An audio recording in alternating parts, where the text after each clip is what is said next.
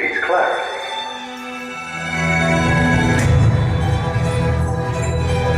The past drew lines dividing man and machine.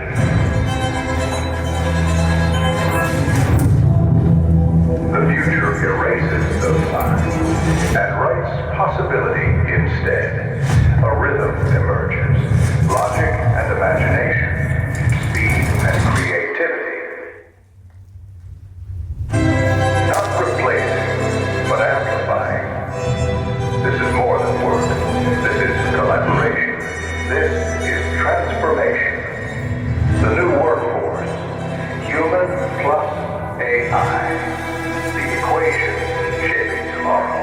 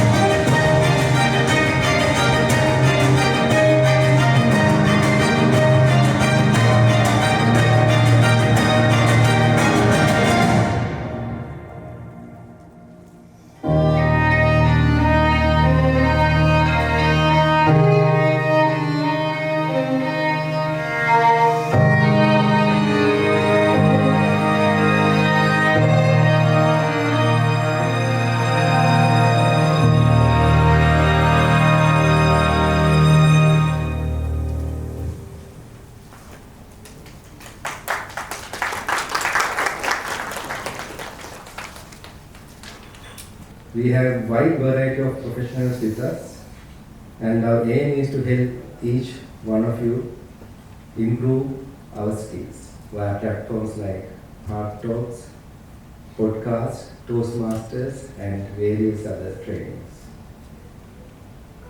One of the highlights has always been our annual Academy Day. What started just as an idea has now grown into this space filled with energy, people, and purpose. I would like to take this opportunity to thank the team who worked so hard to bring this day to life.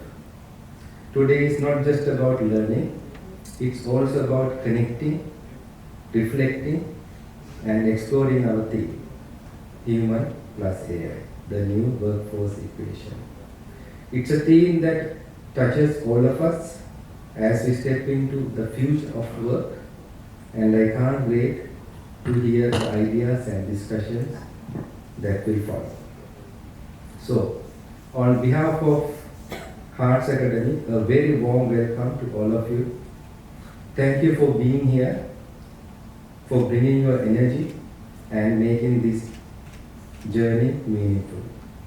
Like I always say, what matters is not the destination, it's the journey.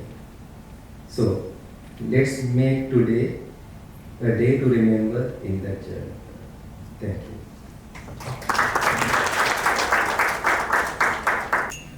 Right? The transportation system in the previous picture was based on animal, like the horses, right? So with the increase of population, what happened was that transportation system was not sustainable enough. With the, what you probably don't realize is that with the horses comes cleaning up and all that, right? So with the increase, it's not sustainable with the diseases, the bacteria. Of course, you know what, Mr. Ford, he said something very interesting. What did he say? You can have it as long as it's black, right? Right? And he created a supply chain, and he created transportation. The world changed as we know it. And also we said, maybe started industrial revolution, something about 150 years ago. So for me, I think we are in the something like that era. They say like this industry version 4.0 to 5.0, we are going into this AI. So, I mean, AI is probably the most abused word right now. 10 years ago it was innovation, now it's AI. So we are really in that idea at the edge of really seeing how things will change. And I'm sure you all are hearing about this in so many ways. Everything is AI. Even this tea glass of water has AI in it, if people are asked right now, right? Everything is AI today. But what I want to do is maybe next 40, 30 minutes and talk to you a little bit about my journey, and then talk a little bit about what I found with, this is the advantage of coming in late. See, you get the best seats. So, next slide please. Okay. Thank you. Just go back. My clicker started working as well. Everything started working now. Do you know about this movie, right? Have you ever seen this movie? Please tell me yes. Yes. Oh, thank you.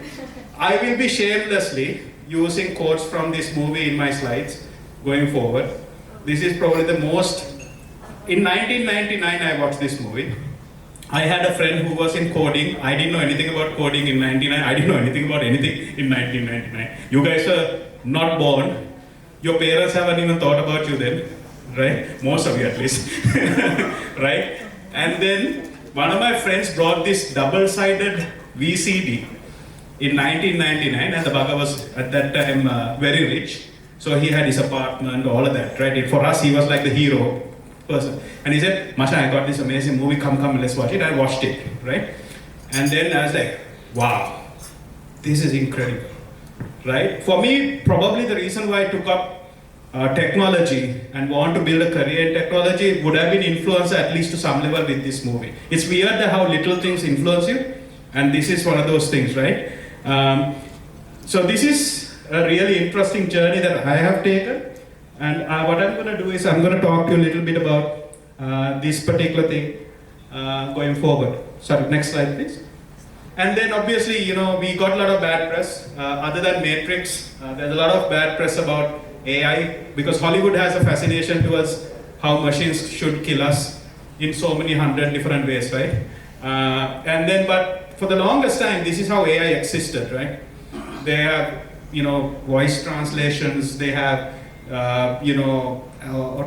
driverless cars. Today we have ChatGPT. I think all of us who have learned AI knows ChatGPT is a one type of application of AI. It's not the whole of it, or it's not the everything, right?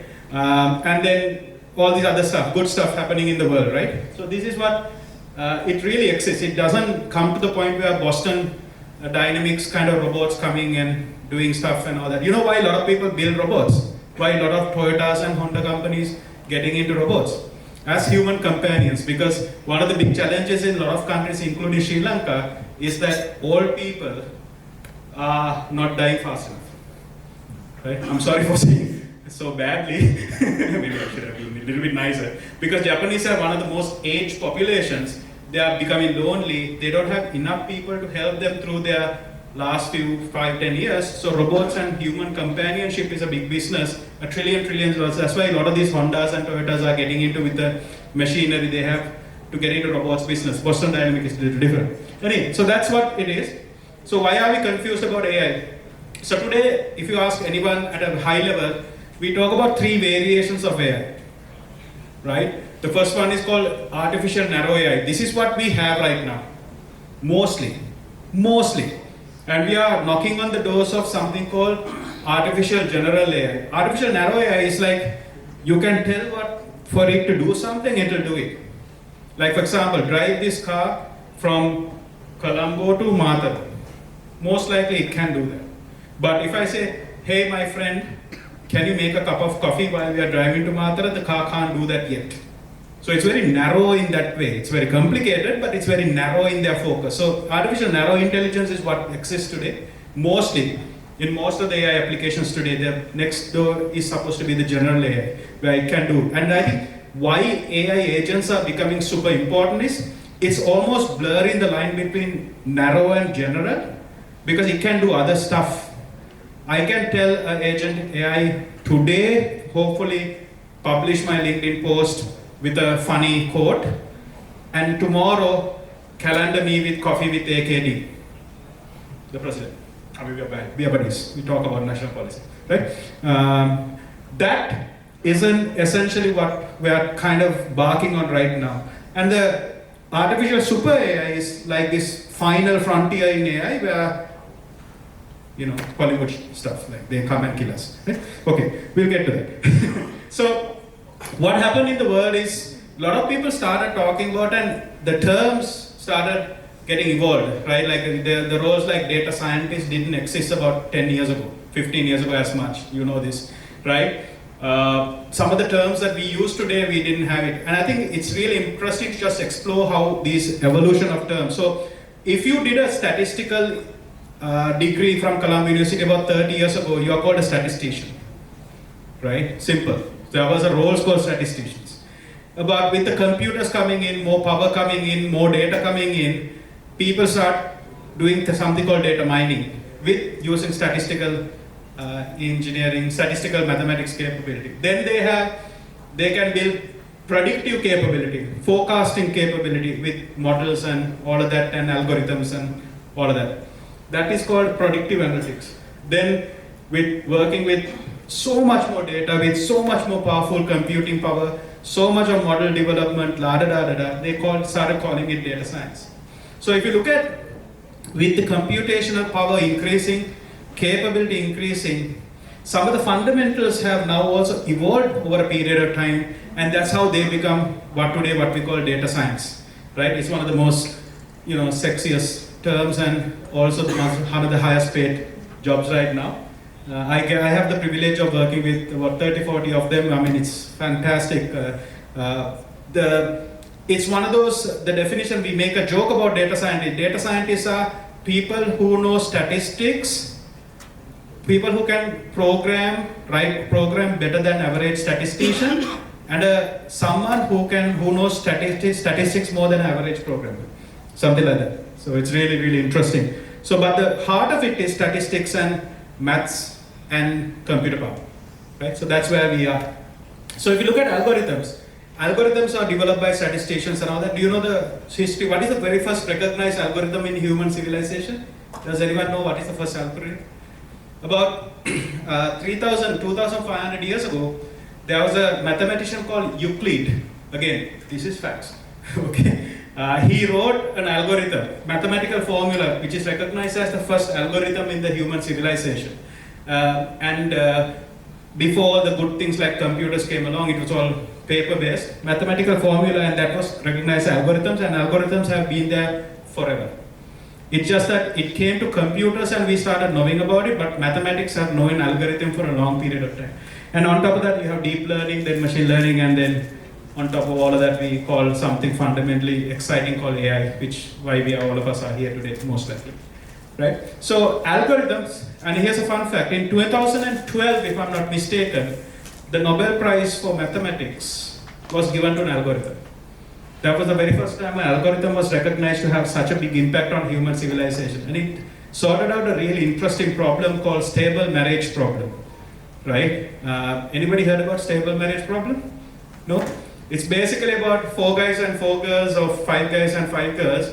What if they had to choose and get married, which marriage will last longest type of a calculation, right? And again, I'm not making this up.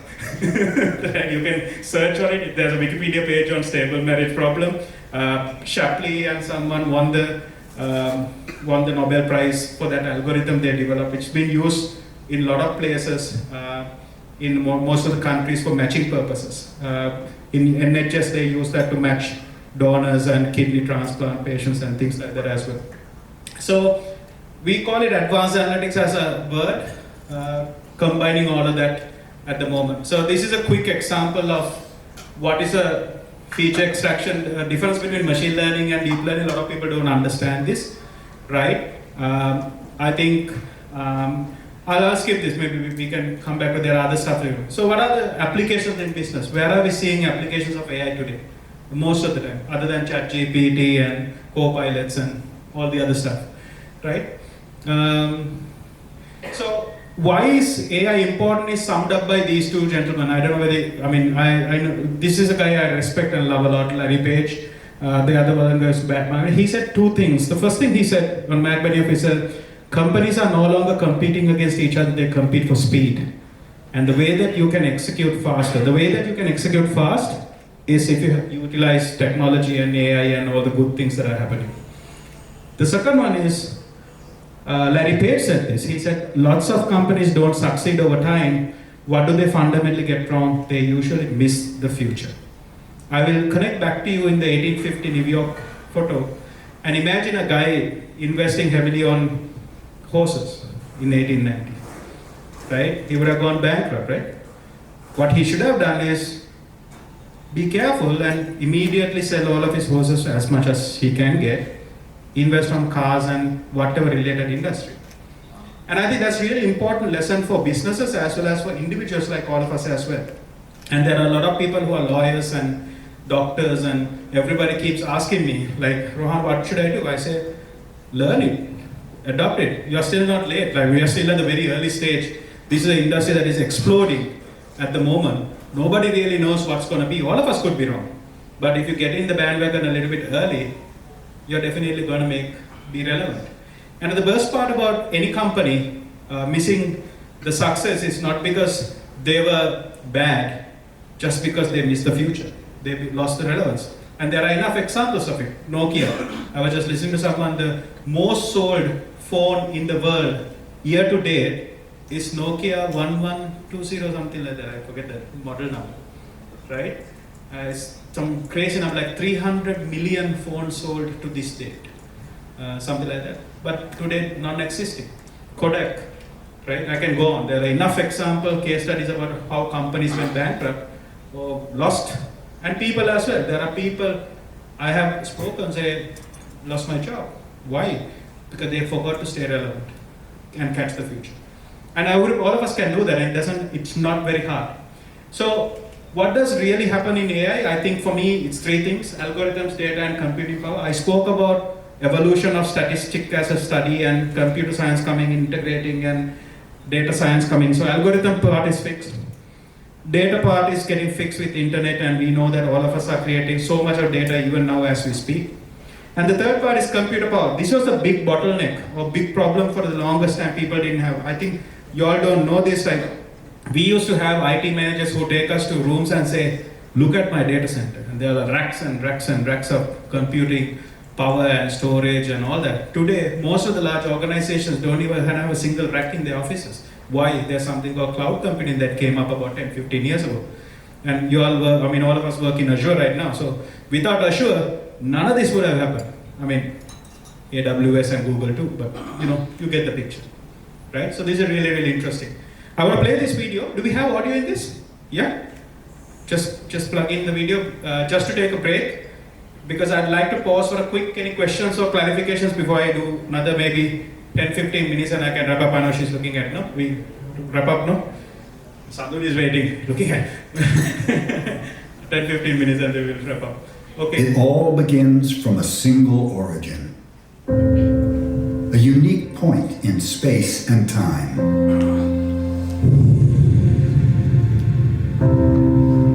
This is the spark of innovation that fuels your most amazing breakthroughs.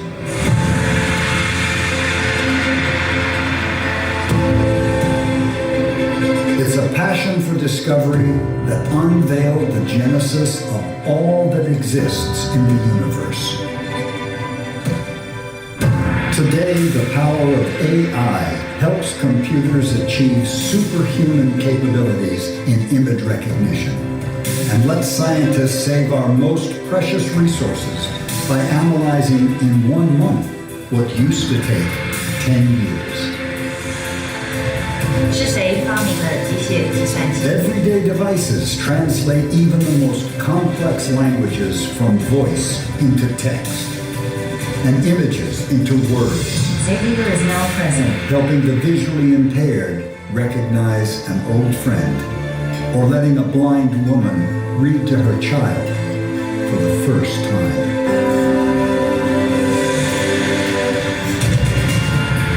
Autonomous vehicles give us the freedom to reimagine our city streets and travel where there are no streets at all to help the lost find their way home. We see robots teach themselves to perform simple tasks. We even watch in awe as they take their first steps. And today, a 2,500-year-old game meets its match as a computer competes with one of the greatest human champions of all time and wins. This is the collective imagination, fueled by forward-looking technologies and the beginning of your most amazing discoveries yet to come.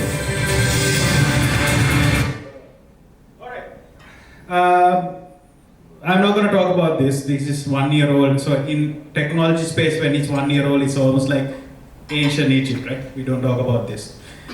We'll talk. I'll show this video.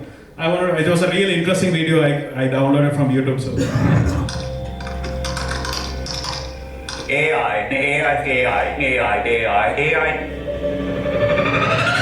more agentic capabilities. An AI agent. Agents. Agentic workflows. Agents. Agent. Agent.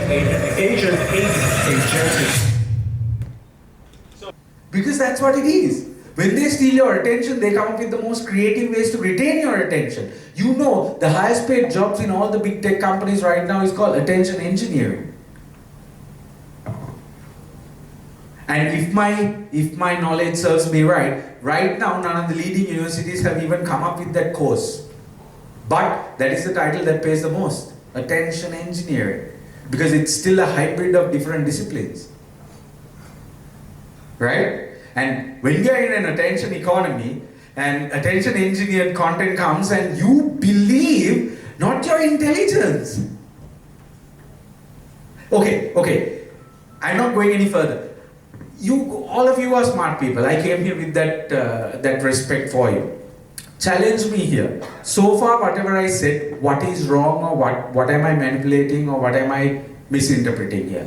මම මේ වෙනකන් කියපු වලින් මොකද්ද මම වැරදියට කියලා හරි වැරදියට present කරේ? මොකක්ද මම කියපු එකේ මොන හරි ඩිස්කනෙක්ෂන් එකක් තිබුණාද? ලොජික් එක බ්‍රේක් වෙන තැන. බොටල් නෙක් එකක් කියලා කියන්නේ, ෂෝ ස්ටොපර් එකක් කියලා කියන්නේ. ඕගොල්ලෝ QA එකෙන් කියන්නේ ස්මොක් ටෙස්ට් එකක් කරන්නත් බෑනේ මේක. නේද? ලයිව් එකට දාපු ගමන් වැඩ කරන්නේත් නැහැ. මගේ ලොජික් එකේ ෆ්ලෝ එකක් තියෙනවා නම් පෙන්නන්න කියන්නේ. Knowledge is not power. Knowledge is free and abundant right now. Application of knowledge is real power, but application of knowledge depends on what is called motivation and the spirit of humans. And that is one thing that artificial intelligence එකක්වත් replace කරන්නේ නැහැ ඒක. Because you know why? That's the most complex thing to study and understand. When they can't study and understand that, They follow the theory of the great philosopher of the 20th and the 21st century, Steve Jobs. Consumers don't know what they want, I will give them. But the part that he didn't tell you is, I will build something, then I will manipulate all of them to believe that they want it. That's called marketing.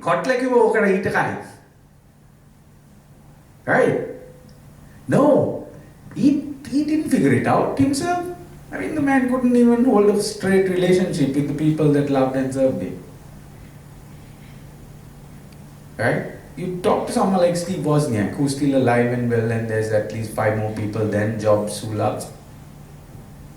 You talk to a guy like Brian O'Leary, listen to anyone and see if you want to model your life after a guy like Steve Jobs.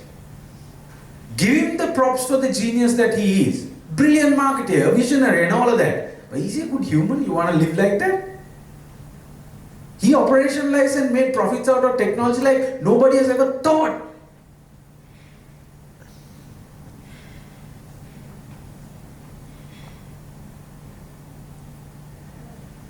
You can't write an algorithm to what people want because even people don't know what they want if they don't spend enough time with themselves. I'll ask you one question. I'm not expecting any answers to that, right? You know about your health being important. You know what to do about your health.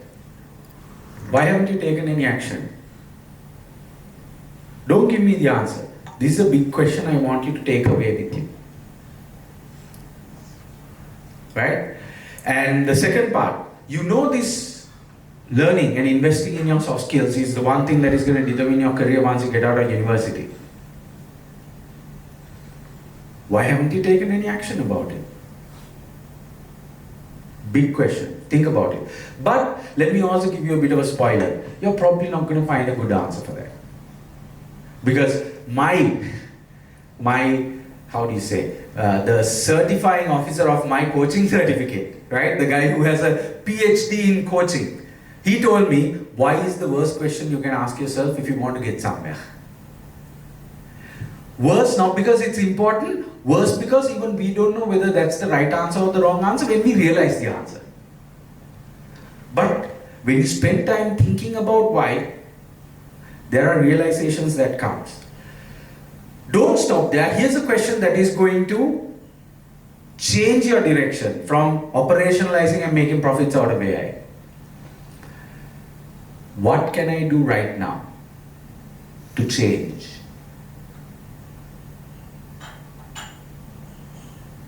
Not why. What can I do right now to change?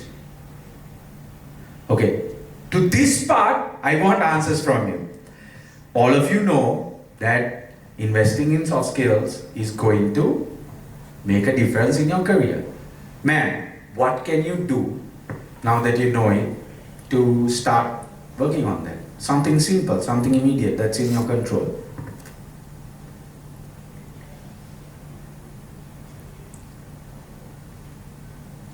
Just anyhow, don't worry, no pressure. Like doing some learning things. Good, good. So, before learning, what would you like to learn? Related to my career. Okay. Fine, that's okay. Sorry, I don't speak as fast as Rohan, but when I ask questions, I know I bomb people, so that's okay. If you can't answer as fast, that's okay. Now, here's the first thing that you can do. Can you identify 5 soft skills that is okay, forget 5, that's too much. 3. Can you identify 3 soft skills that you want to master? Spoiler, Rohan gave one already. Communication and presentation. That's a skill that you need to master. Why did I get an opportunity to meet and interact with Roshan? He's built brilliant products. You think I can even come close to thinking like him about tech products? But why does he come to me, or what is the value that I can create for him? I can tell him how to pitch his ideas to investors and get them to agree on it. Communication and presentation, right? How many courses are available on communication? Please don't take an online course for communication and presentation because that's not gonna work. When you present, you gotta stand in front of a person and then do it. right? You can't learn on LinkedIn Learning and then Udemy and whatnot on how to make presentations. You need an audience, you need to get up and you need to do it. It's like reading the book from Julian Bowling and Michael Phelps about how to swim. Right? So communication is one. Think of another thing, man. A soft skill that's going to help your career.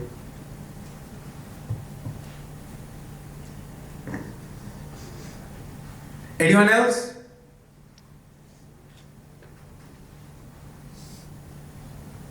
Three skills that's going to help you.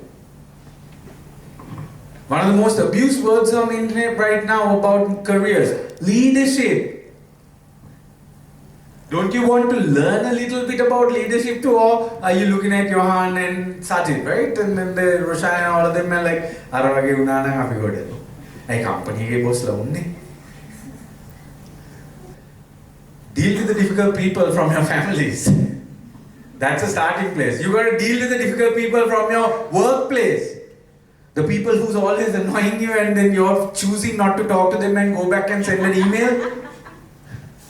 Yeah, see, HR is laughing because they know. You got to sit in front of them and talk to them and tell, "Yakho, gongana karanne ba." And when you say that, you sometimes have to correct your lingo because HR will come and sometimes run an inquiry and say, "Harassment, hey, yakho ke anne ba weda." Remember I said yakho, I didn't say per. Samalada eka kiwona uta therenne. This is understanding the complex algorithms of interpersonal skills. Why? People are stimulated with lingo. You can't speak ChatGPT language via an email to a bugger who has never read anything formal and somehow think that ChatGPT drafted email is going to stir their emotions and then do that. No. When you sit in front of them, you study and understand their mood and their language, and then when you tell them, "Shall we do business?" That's how you get profits out of not AI, any technology.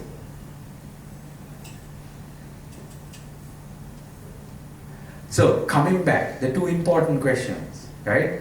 Why haven't I taken action about the knowledge that I have right now? You may not get a perfect answer, but you have to keep thinking about it, because that's what's going to inspire and give you directions to work on.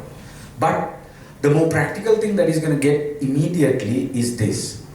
What can I do right now? Right? Not something that's going to take another 3 years, not something that's going to take another $2 million, not something that is going to take like 7 hours of my day every day for that. No. Something that I can do immediately right now to change this situation. Like she said, stop putting extra sweet or sweetener. Ada dawase ඊළඟට කන කෑම වේල. Right? දැන් ඉතින් රන්ලි ඔක්කොම මන්දියා බලන්න මෙයා කෑම වැඩි. ගෙවල ගෙවල හොඳ බුෆේ එකක් දාලා දුන්න මුන්න කන්න දෙන්න දැන් මුන් කන්නේ. ඕකට ගියාම කොත වගේ බත් එක බෙදා ගන්න එපා. දැන් කිචන් එකේ උඹයි නැති මෙන්න මෙයා අපිස් කියලා පැටර්න් ඩිස්රප්ෂන් නේ. අපි සාමාන්‍යයෙන් දන්නවා මෙයාගේ ඔෆිස් එකක් ආවම බත තමයි දෙන්න ඕනේ මුන් බත් තමයි බෙදාගන්නේ. දැන් බල ඔක්කොම ගිහලා චිකන් කෑලි වැඩිපුර දාගත්තා. F&B manager ඇවිල්ලා අඩෝ මගේ ඇල්ගොරිතම් එක වැරදිලා නේ බා. 75කට මං චිකන් කිලෝ 25ක් විතර ගන්න. මීයක්කෝ 25 පස් දෙනෙක්ක් අද්දියේ ඉවරයි. You have to disrupt. You have to, if you know that dessert ඔක්කොම අද ඉතුරු වෙන්න ඕනේ technically බැලුවොත්. එහෙම කරන්න එපායි. One day වලින් change management. The other practical side of operationalizing anything. Change management. Because when you know what needs to be done, it's not easy. It doesn't come immediately. But you got to believe in the end result and then start working together. And here's another takeaway. You need to form a small and a supporting group, a cross-functional team for any of these things. Because it's not unidimensional. You can't operationalize AI and make profits out of it just because your product team comes and tells you, let's do this.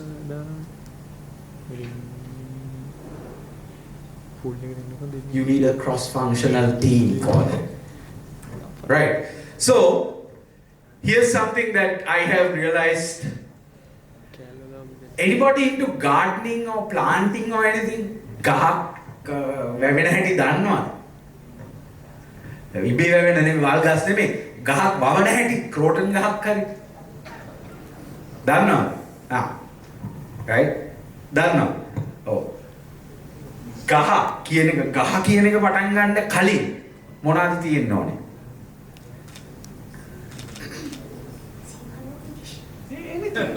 Whatever you are comfortable, මොකටද දෙන්න ඕනේ? ගහ දෙන්න ඕනේ, environment එක තියෙන්න ඕනේ. Very good. Nutritions ඕනේ. එතකොට ගහට තියෙන පළවෙනි environment එක මොකක්ද?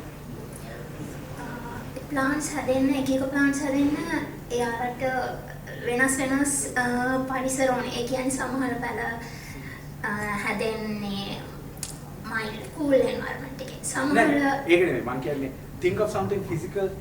ගහ හැදෙන්න ඕනේ භෞතික දෙයක්. water එක කලින් ගහ දාන්න කොහෙද?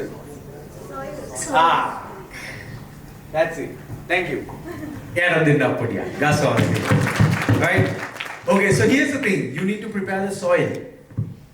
You need to prepare the soil. It doesn't matter whether you have an artificially engineered seed that has high nutrition, protein and the potential to bear fruits and everything. If you haven't prepared the soil for it to germinate and then to come out, if you haven't given the right amount of nutritious soil, it doesn't happen.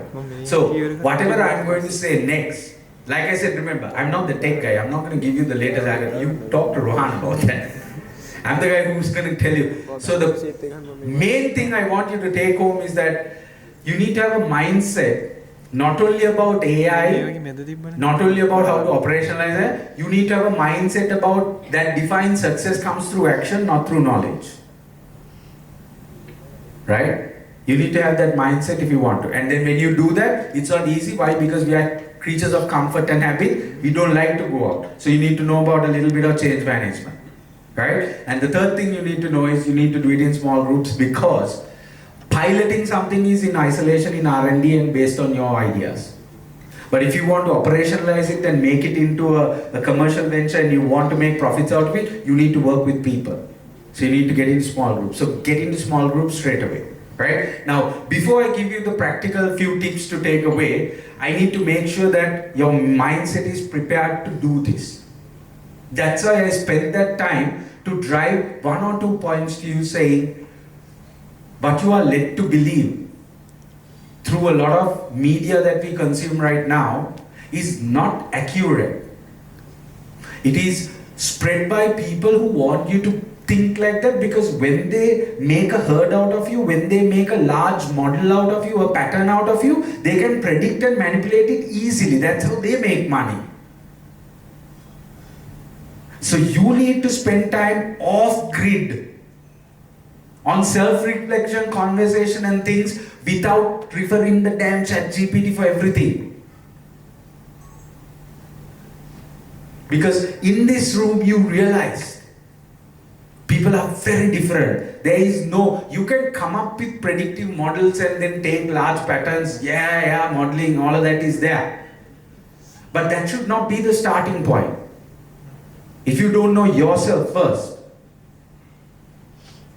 and if you use large patterns and herds and habits to define yourself, you're beating yourself. You need to know deep down inside why and what for you. Because those circumstances. When it comes to this question about will AI and singularity, can AI take over people? I think not. Because you know why? People themselves can't figure out themselves. So you can't write an algorithm that is going to define all of us. But I'll tell you the possibility of that is, people will, how do you say? People will abuse media to the point that all of you will start thinking in the manipulative way that they want you to think. Then it will be easy to guide your behaviors. That's the only possibility that AI is going to take you over. If we are allowed to be ourselves, we are complex. We have a lot of things that uniforms us, but at the same time. That's why, like Rohan said, one of the most, in my humble opinion, one of the most genuine people, there's not a lot of admiration outside of that, is Elon Musk. He's real. He believes in something, he goes for it, and then he realizes, shit, this is not working. He's real enough to turn back and say, this shit is not. There are times that he feels very optimistic about profit maximization. He says things, does things. Right? There are times that he realizes this shit is not, screw it. That's what he does. He goes and takes up something like Doge and then tries to fix America, and then he realizes Trump is Trump, and he's like, fuck it. That's how humans are. And that is my prediction as to why AI is not going to replace. Okay, so here's the thing. This is the 1.5, 2 minutes that you all have been waiting for. Okay? How many of you know to read a profit and loss statement? Finance How many of you know to read a P&L statement? I thought all these computer engineers do SIMA side day. Okay. Roshan, you have any guys doing fintech products? Okay, stop. Fintech we stop. You're stop. Hey, Dhamma-chan, money is there, ask Rohan. Right? Anyways, the basic of a P&L is that any business needs to make profits. Right? And profits come based on two things. I'm not giving you a finance lesson, I'm giving you at a very high level, right? Based on two things. One is you got to increase revenue. You got to increase revenue doesn't mean you train people like Roshan to go and get money from investors. No, that's not a reliable strategy. That means you figure out your product strategy to an extent where you can make products that paying customers are willing to pay and purchase. That means you got to go to customers who have money, understand real problems, then bring in technology to see how can we use technology to solve that problem so that this bugger will continue to pay for us. That's how you increase revenue. I'm not going to do a session on your product strategy or anything right now. Simple as that, right? Don't be that Steve Jobs. It worked once. Now people can call that bluff. But if your strategy is that, which I don't think is, which is that you're going to make some product and you're trying to manipulate whatever the marketing and the media that you have somehow to try and sell that and think that that shit is going to be like Apple, good luck. But if you are like a Google or even a Microsoft, where you go, spend time with people, try to understand their real problems and come up with products and then make the UX of it more important than the back end. And the back end is based on the UX, right? That's where you make money. That's how you increase your revenue. That's one side of your P&L. And then the second side is your cost. Company like yours, your biggest cost, you. The money that they pay you. If you don't become smarter, if you don't become more efficient and more productive, they're not going to be able to manage cost.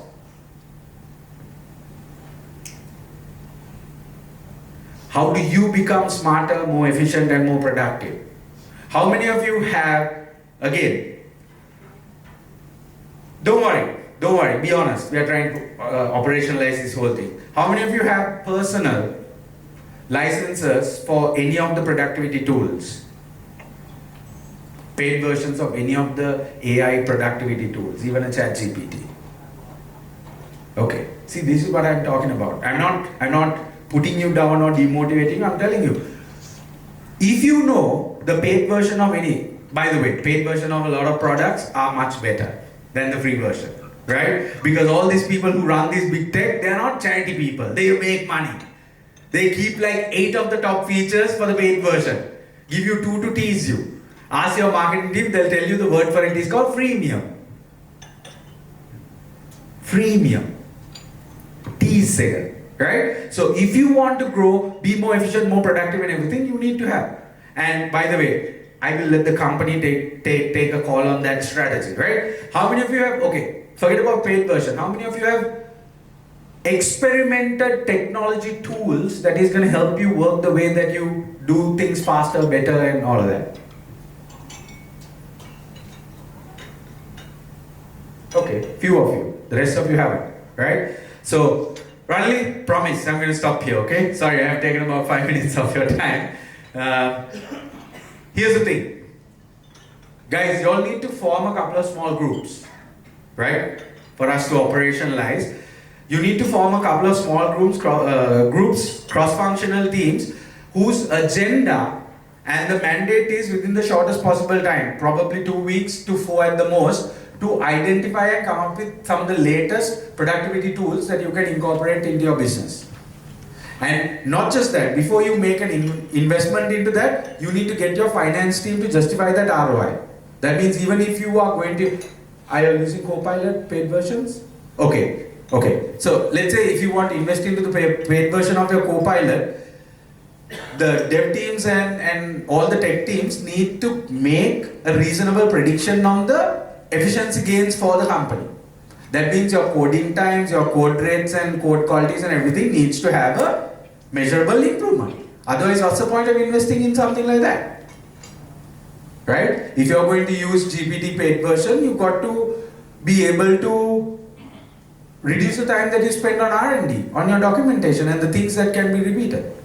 If a BA is taking, say, 3 days or 5 days to document a requirement, it should be down to about a day, 2. So you need to form cross-functional teams and give intentional objectives and very short-term goals, saying come up with these products and these tools that we are going to utilize in our company, and you need to have a level of tolerance for that. That means once they start using it, you're going to pilot it for a duration. Because that's a low-hanging fruit.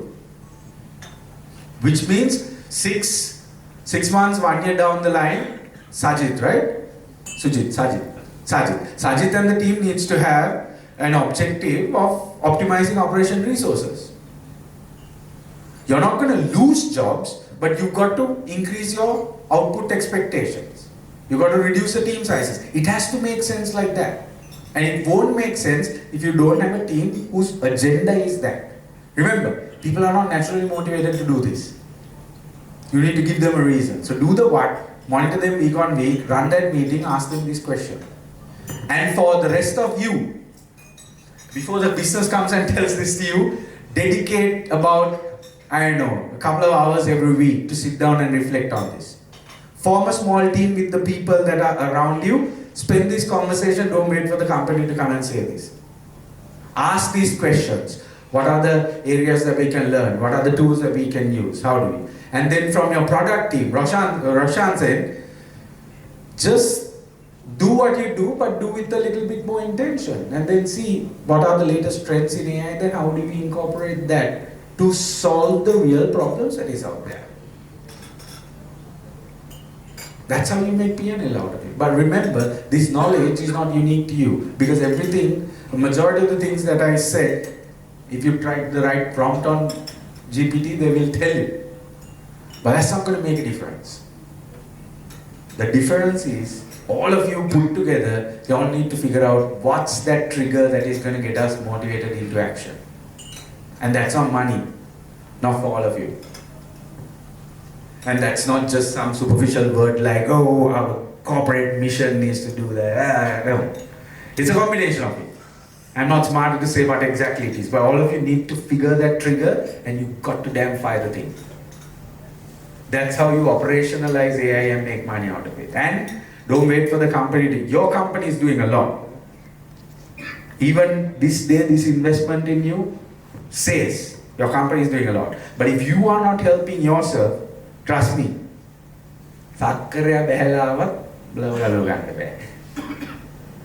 so ask yourself, what kind of a tech professional do I want to be? Cog in the wheel, right? Or I want to be the master of the wheel. Questions Questions? Nanny? Okay, my yana, promise, ඇත්තමයි. යන්න කලින් කොලයක් ගන්න, ටක් ගාලා කොලයක් ගන්න ඔය දීලා තියෙනවා රමාඩේගෙන් නිකන් කොලේකුයි පැන්සල් කිව්ව පාවිච්චි හරි කරන්න. Write down three actionable items. දන්නවනේ. ඔය degree class වල smart කියලා දෙන්නේ, smart වැඩි හිතන්න එපා. 3 actionable items that you can implement. One probably within the next 24 hours.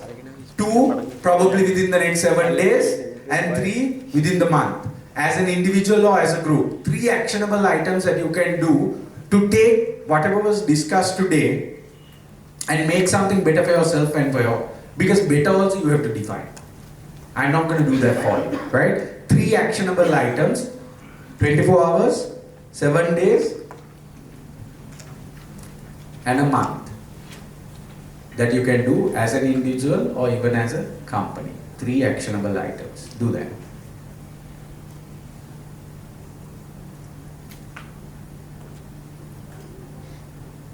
DJ Mali, මේ වෙලාවට තමයි සින්දුවක් දාන්නේ.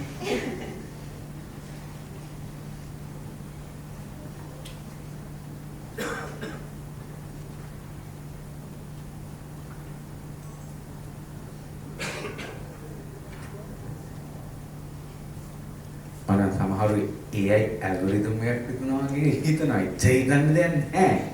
සිම්පල් 3ක් ලියන්න.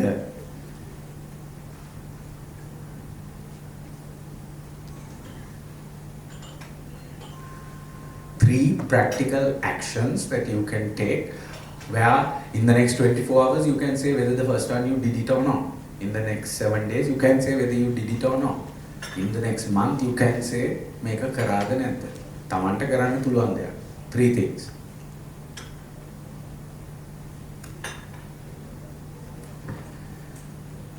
One more minute to finish it. One more minute to finish it. Can you see Ranley is already near the podium.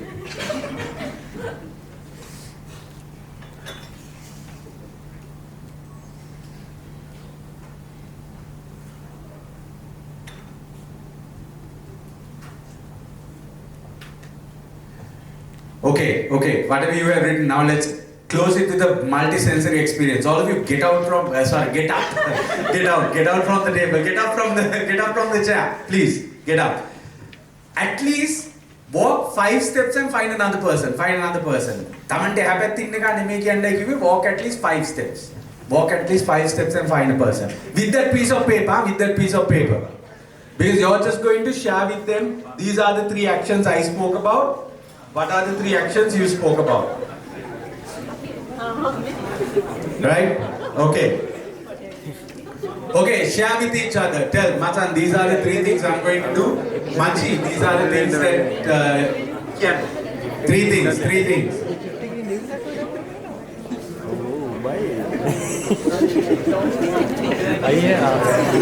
things. Partner මොන ගොම් කතාවක් කිව්වත් ගොනා කියලා කියන්න එපා. That's called emotional intelligence, right? Artificial living එක.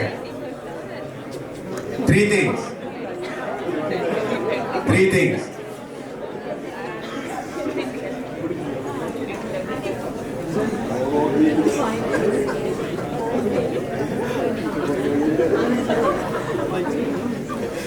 Right, okay. Then ඔය ඉස්සරහා ඉන්න එකව බොක්කෙම්ම හග් එකක් දීලා කියන්න all the very best ඔය කියපු දේවල් සාර්ථක වේවා කියලා. බය වෙන්න එපා harassment වලට කේස් දාන්න නැහැ. හග් එකක් දෙන්න බොක්කෙම්ම. See, that is called kinesthetic. You need a multisensory experience. All right, sit down.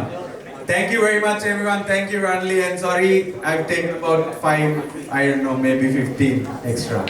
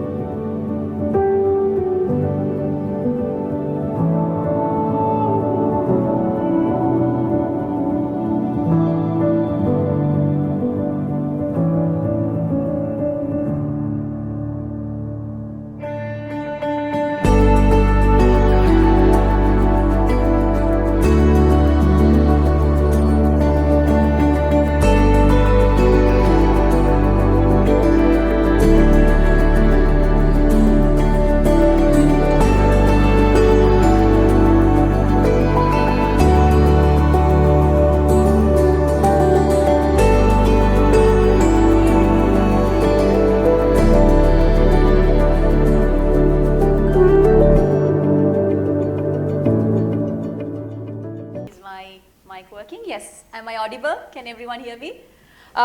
Good afternoon, everyone. Good afternoon. You all had breakfast, right? And about to have lunch, so don't worry. We are going to start this session and make sure that it's interesting because we have an amazing panel. I'm honored to be your moderator and be part of this panel discussion. We are going to discuss about something which is very important. I listened to Sandun's session. It was very interesting because he intrigues certain questions in our minds and our hearts. Can AI ever replace the human touch? Being a HR professional who joined this HR field as a lawyer, I ask this question from my team on a daily basis. Because of these productivity tools, because of all these AI tools, can we replace the emotions that we have?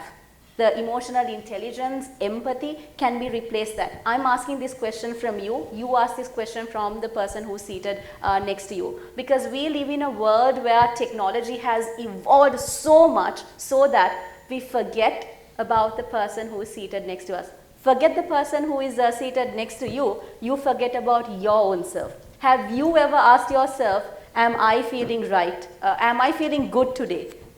What are my feelings? Have you ever asked this question from yourself? Raise your hands if you asked that question from yourself as of late.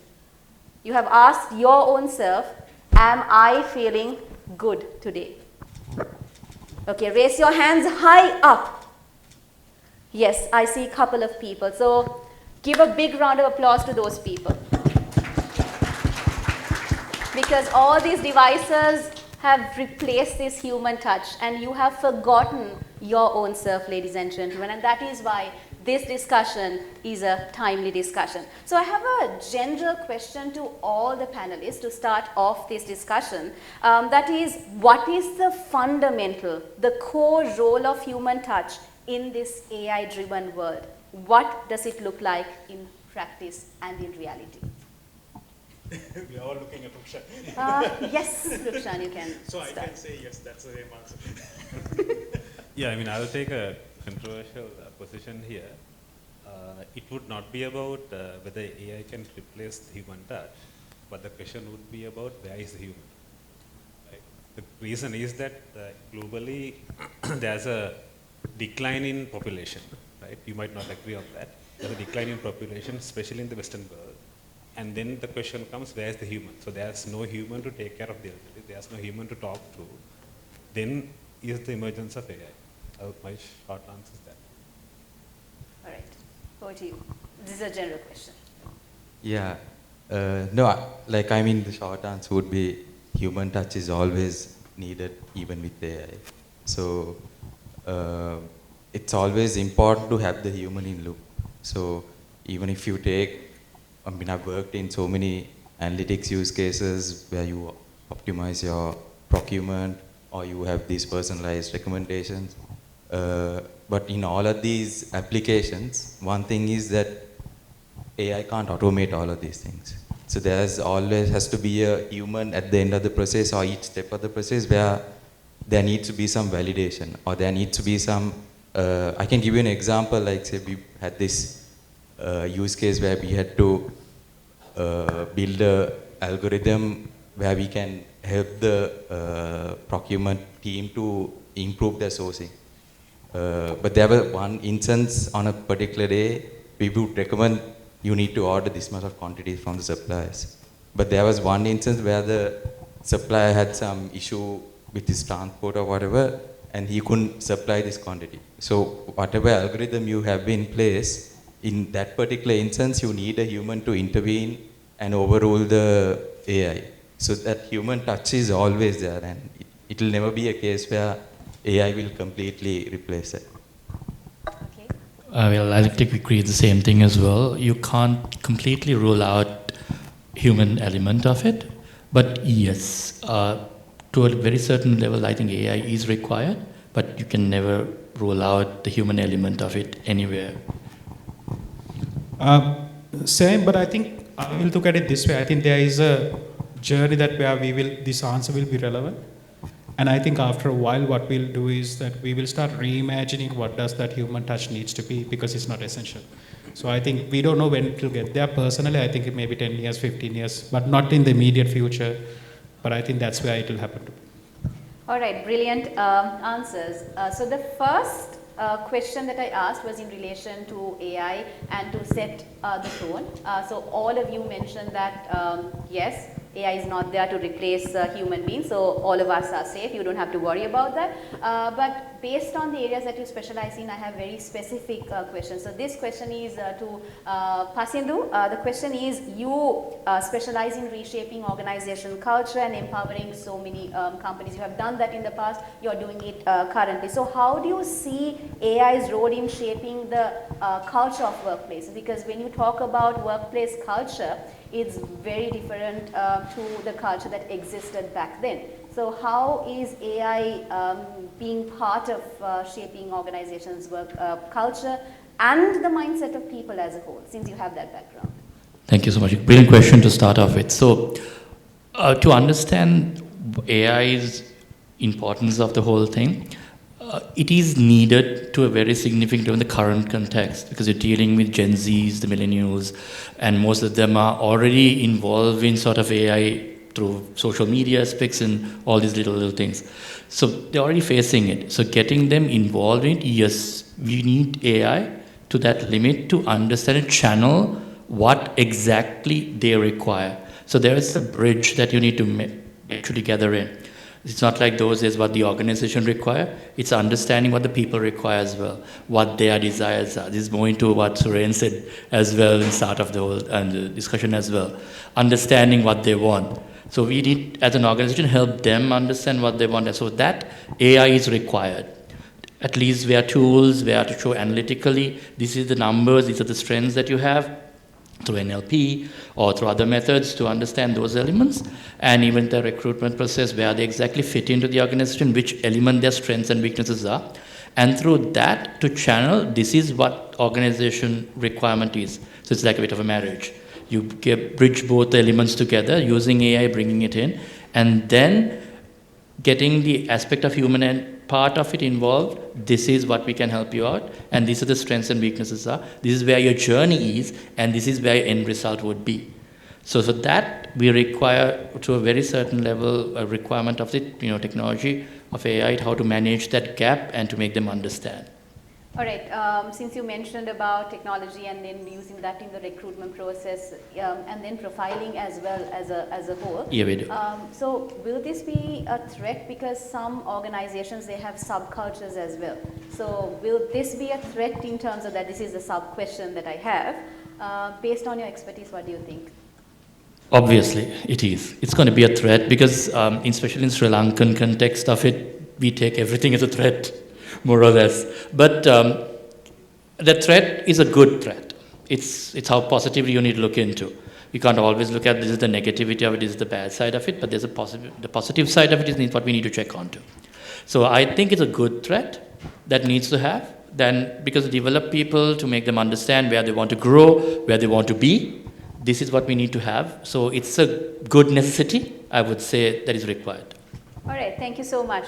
The next question I would like to direct it to Rohan. So having worked with the major players like Google and now in analytics at John Keells, do you believe that there is a risk of AI detaching organizations from human empathy, especially in terms of decision making? Wow. I thought you were going to ask me like, how is the weather looking like outside? Yes, you can answer that and then you can roll on to your answer. Okay, so I think we are in a transition. I think most of us, our generation, and I'm not talking about any of you, for me, we were introduced to all of this, right? We grew up, we knew the world where, starting from, vinyl records, now we are on Spotify, right? It's just, these are not incremental transition. So I think for us, all of us right now, we are in transition. So answering about empathy and, all of that, we are still trying to put the old frameworks in and accelerate and looking for what we call incremental markers from AI. That's what we are doing right now with all the technology available. There's a concept called first principle thinking. First principle thinking is, I have all of this. I have AI, if I have to reimagine the organizational culture or even recruitment for that matter, how would I do differently? And I think that thinking will start evolving over the next maybe again 5 to 10 years. And all of these things that we take it for granted will be re-evaluated and be rethought of. For example, I'll give one example. If we had to modify the Apollo engine, and this is a great example, is that to send a 1 kilogram to space, it would have costed us maybe from $6,000 per kilogram to about $2,500. Elon Musk does it for $300 in SpaceX.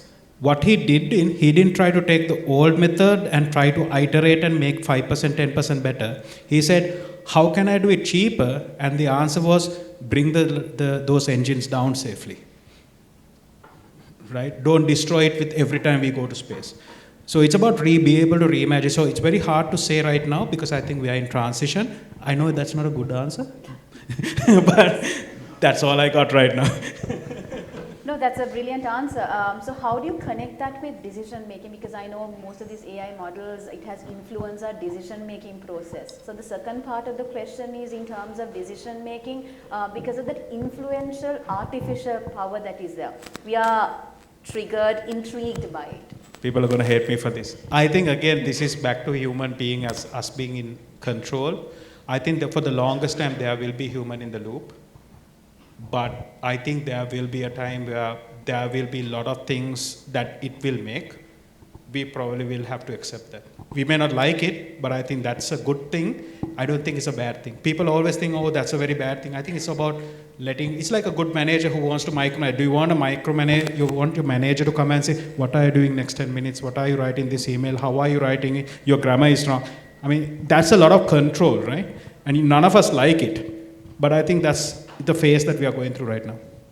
Okay, thank you so much. That actually connects me to the next question that I'm going to ask Asanga. That is, how do you balance these insights that you get from this artificial intelligence sources with the human intuition? So it's part of his question, and then I'm moving on to another. No, you spoke about decision making. I can give you a good example. I mean, this we experienced it firsthand.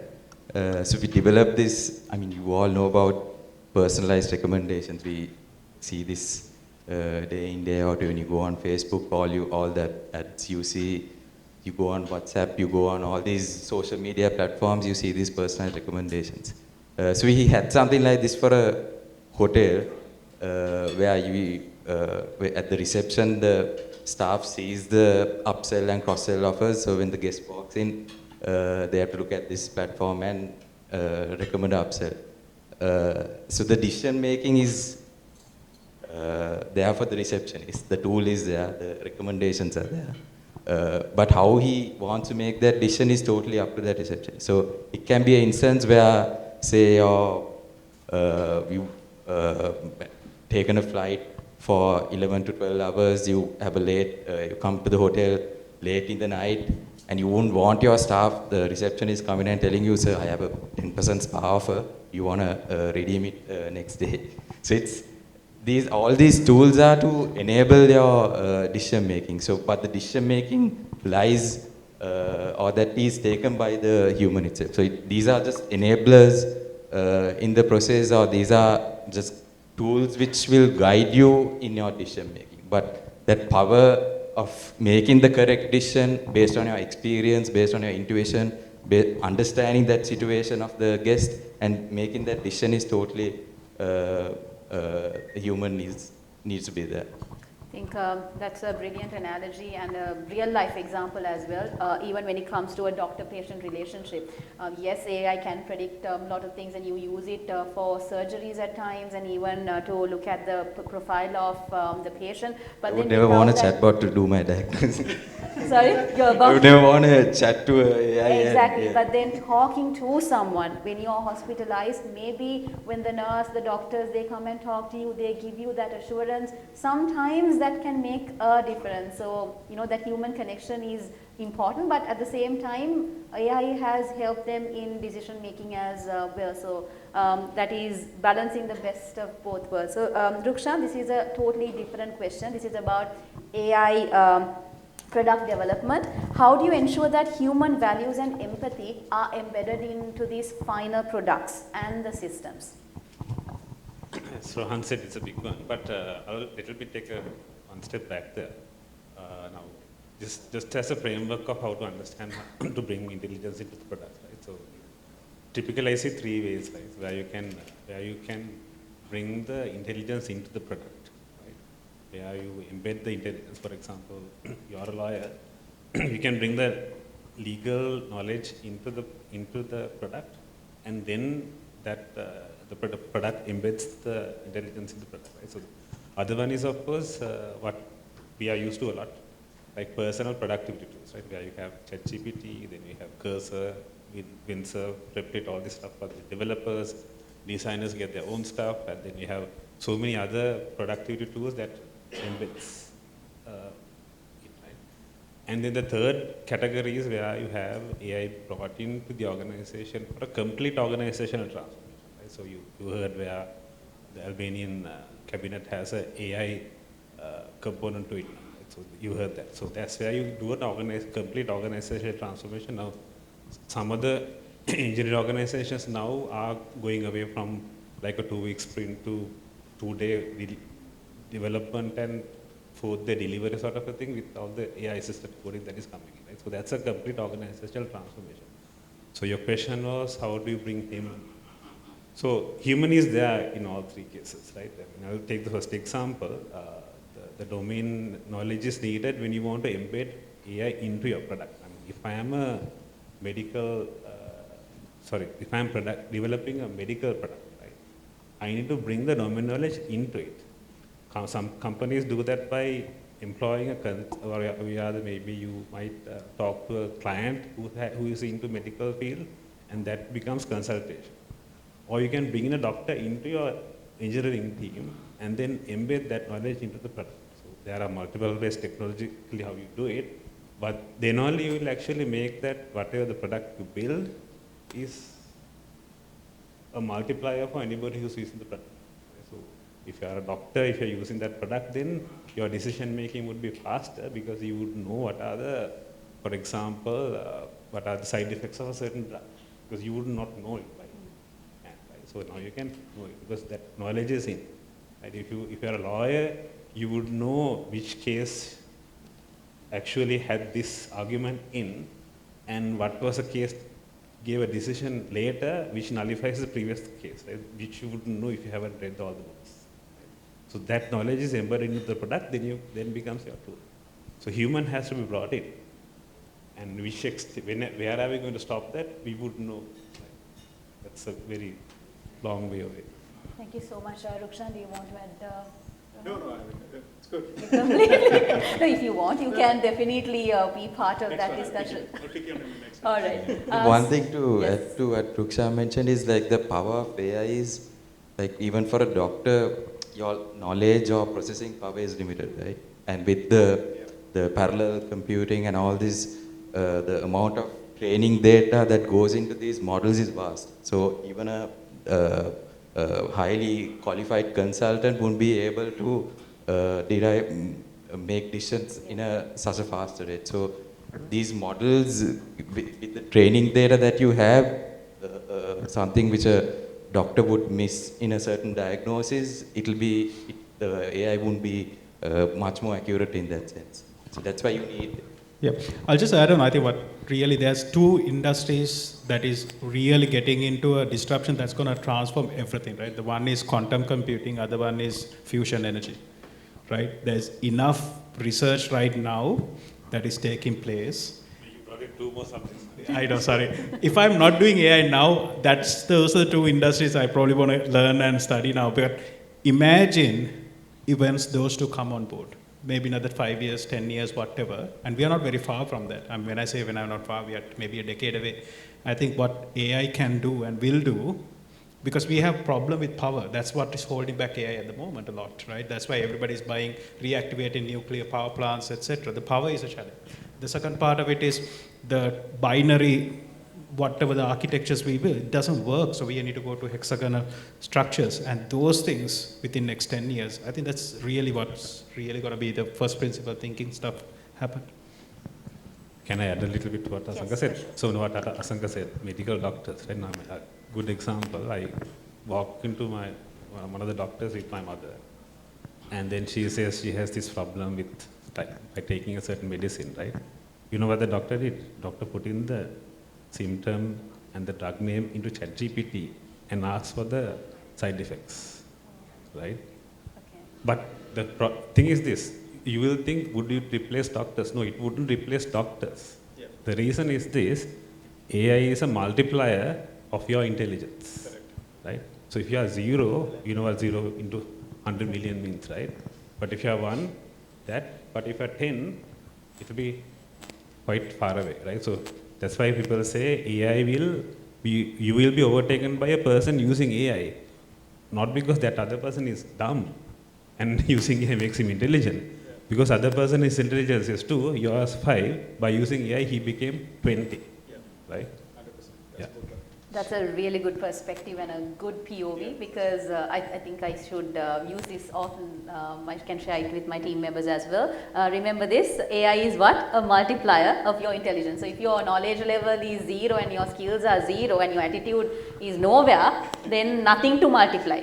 Alright, so remember, you have to start somewhere. So if it's 2, your objective next year should be to get into a level 3 so that AI will multiply that, whatever that is existing. Yeah, I want to add to what Asanga said as well, actually what Rukshan said as well, because most simple example, there's a gentleman that I know, brilliant brain, superb guy, but he has the problem of conversing of certain documents in.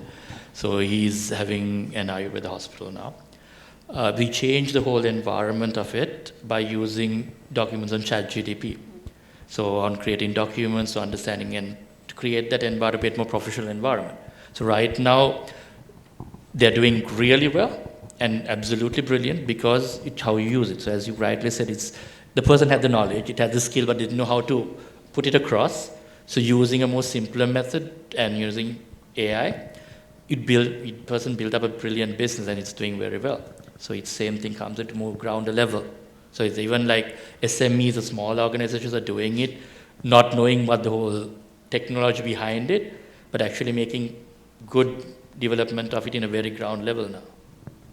All right, so next question is for you, Pasindu. So taking that forward, I want to ask you any examples from your work life where you have used artificial intelligence to improve your work, and then when it comes to you leading a team, how do you see it? Any real examples? Well, couple of them. So current organization, yes, we do use to recruitment because those days I'll be where it was when we started off, there are certain organizations that I worked for, we had about 400 employees, the HR team is about 25.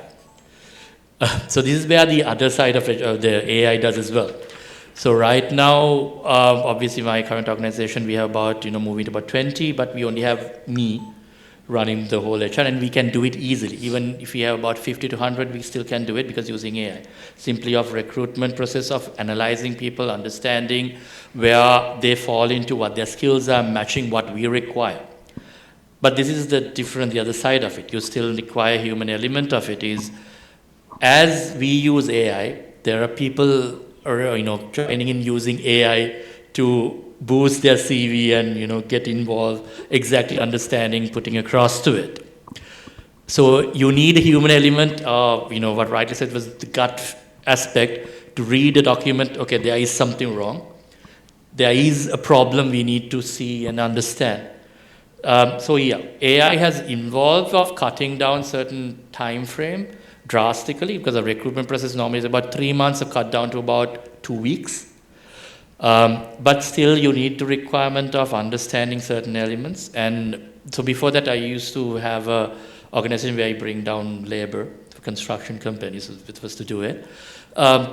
So in that case we partnered with an Indian organization where we understood that recruitment is easier by sending a WhatsApp chat where the video is, and we analyze the video and we see whether they fall into the right labor skill set. For example, whether they're good masons or whether they are a good, carpenter, thing like that. But the video helps us to understand exactly what they want. So this is on a very grounded level.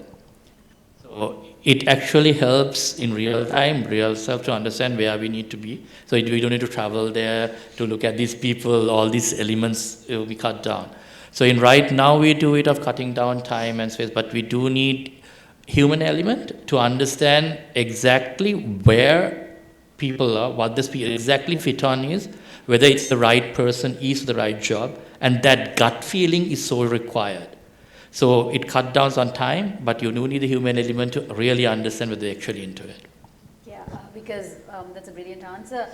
Because sometimes people use AI itself to answer certain questions when it comes to virtual interviews as well. Sometimes they use that, and then when you meet that person in person, it's very difficult to fathom that this person is totally different and he cannot even answer. And even certain research projects to everything is the answers are prompted by AI itself. I'd like to add to the other part of it. So one of my friends in Australia was doing an interview for another person who was conducting. He actually called me and said, this is what happened. So same way they actually do interviews via video screen. So you look at the screen, you can't look at anything else, and the person has answered brilliantly. But he said, again, it's to be the gut and the human element. He said something felt wrong. Something was not right. So they brought the person in as exactly what he said. The person was given a real life case study. Person couldn't understand, was going completely wrong. It was like, so what was going on? Then what they did was he actually has found a way to keep his face straight. And apparently, there's something you have, optimal eye contact. You don't have to look straight. You still can see what's happening here. So somebody was actually helping out. This is a real scenario. And actually now there are products where the answer appears as on the screen. Yeah. So you are looking at the screen, but the answer appears on the screen. Exactly. So that's a brilliant product. Yeah. But nightmare for the recruiters. Exactly. So that's what has happened. You know what Gen Z is called? That's called catfishing. Catfishing, yeah. Correct. Yeah. So that's what has happened. So yes, it's two sides of everything. Yeah.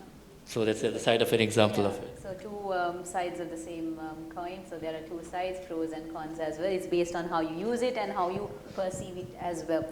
So this question is to Rohan. This is about work-life integration, how you balance your personal and professional life. So being a data-driven transformational leader, I want you to tell us how can you use AI for work-life integration and employee engagement as a whole, because we see a lot of people, they love working from home, they love working in their silos, they love that. But when it comes to employee engagement, how can AI be used as a tool and work-life integration as a whole? You don't like me, no? You ask me. I mean, why are you asking me these difficult questions? Practical ones, I know you have the right answer. Oh, wow. So first of all, I think there is a concept around work-life balance. We won't get into that because I don't think a lot of people are going to answer my answer to that. In terms of integration, I think when we really look at today, one of the biggest important currencies that I look for when we work with teams is something called trust, right? Trust is such a powerful thing based on a couple of pillars. One is called reliability, constant consistency, and things like that. And how do you check that? The way that you check that is you look for person's integrity, right? I have had organizations, like I'll take an example. When Google hired me, they had 10 interviews, a 3-month-long background verification where they had an independent entity calling my university, going to the police station and checking whether I have any police records, whether the university degree I said I have, is it there, like that. And by the way, it's not very unique to Google. It's common among some of the best tech companies in the world. What are they checking for? I ask you, what is this? No, we just want to know that you have told the truth on your CV. If you can't tell the truth on your CV, how can we trust with the decisions we are asking you to make on the ground with in Sri Lanka, right? So for me, that was a really eye-opener about what they look for. So once the integrity is established and you bring the person in, then they don't question, are you doing the job? Are you spending the... Everybody understand life happens, issues come along, relationships, family, health, there are stuff we all have to deal with. But do you have enough integrity that you will put in the hours when it's needed to get the outcome that you need to generate as an individual. It's not the effort, it's the outcome that we are measured for. So I think what organizations today, when I work with people, that's the same philosophy I try to bring in. I think a lot of Sri Lankan organizations have a tendency to not be able to do the like process type, but I think we are trying to strike a balance where, yes, we need process, but I think it's also about understand the human being. Can we trust that person? Is this person having high integrity? He will deliver on time the way that it is. Yes, occasionally we all will miss, but 95% success rate. I mean, that's good enough. And I think those are the fundamentals that I try to operate in. Work, life, and working from, I mean, my team, he knows, I'm not supposed to say this aloud. When my teammate asks me, I'm taking a time off, I say, so why are you telling me? I mean, I don't need to know. So I never tell you. Yeah, he never tells me also. I'm like, why do you need to tell me? I mean, like, can I reach you on WhatsApp? Yes. Can I call you? Yes. So we are good. Can I bother you? Yes. Do your thing, right? But not everyone is prepared for it. There has to be maturity from your manager, as well as especially the person reporting to you, maturity for that. We also have had bad experiences, but as long as you're having more success, I think you're in a good place. But you have to hire that integrity and trust part is super important. Forget everything else, I think. All right, since this is related to all our lives, I want other panelists to contribute as well, based on your perspective. Work-life integration and employee engagement, how can AI support, not disrupt? Well, see, it's a bit of a broader understanding. I think I agree with what he said about being mature. So, you know, I used to work for Dialogue some time back, so we had this person, it was a very long time ago, so he used to take leave apparently because his grandfather died. So luckily there was a gentleman, one of our team leaders had a very good memory. So he said, Macham, your grandfather died about 2 years back, right? And then the other said, yeah, you said about a year back your grandfather died. So apparently grandfather died about 4 times. So this happened long ago before AI came into the picture. So this is about understanding and trust. So in order to have that, you need to have certain maturity. So we expect, even right now in my SMB organization, we give leniency on working from, because we believe they do work at home and they give that hour. So we have that trust. And that trust is so important. But it differs on organization to organization, culture, what the organizations are, where they've come from, their background, their ethnicities, their beliefs, all these come into play. So it's all these matters as a leader, as a person, you need to understand all those factors. So it's a bit of a gray area where it is. If you take Western countries, it's more rigid, more clear. So processes are there, clear to understand it maybe. But South Asian countries, we shared the same thing with our beliefs and cultures, it's a bit different.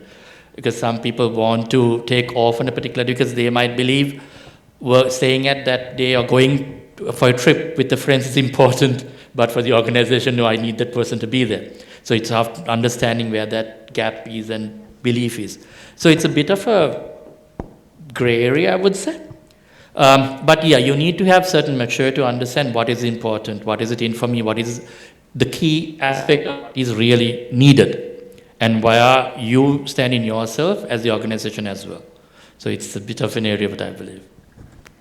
Yeah, I would, maybe different perspective. I think it's also important to have processes. Like, you can't completely go away from it, especially something like, trust in that person. Trust is something that you don't gain overnight. Right? Like, you need to work with that person for a period of time. You need to see how he's working, his different ways of working, and then you build the trust.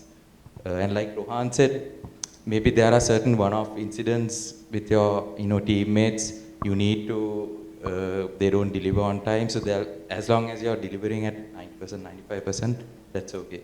But this, I feel like processes should be there, and people need to follow these processes. And there could be one-off instances where you need to be more understanding as a manager or as a leader, but it's never a case of instilling that. Like, you can't be very rigid especially with tech teams, right? Like, moment you tell them, because they are, like in this field, we are all passionate about what we are doing. Like I worked as a data scientist and it's never worked for me. Like I like reading about things, I like trying new things. So I'm really passionate about what I'm doing. So if someone comes and tells, I need this job done by this time, or there's a rigid process of doing this, you need to test these things, all that. So that sort of kills the innovation and that kills the passion. So processes should be there, but it shouldn't be too rigid or instilled on people. There should be some flexibility around things. Rukshan? I think the question was about how would AI bring work-life balance. So that's sort of it. We missed the mark, no? Yeah. Did miss out. Okay. Anyway, because you continue what Rohan was saying.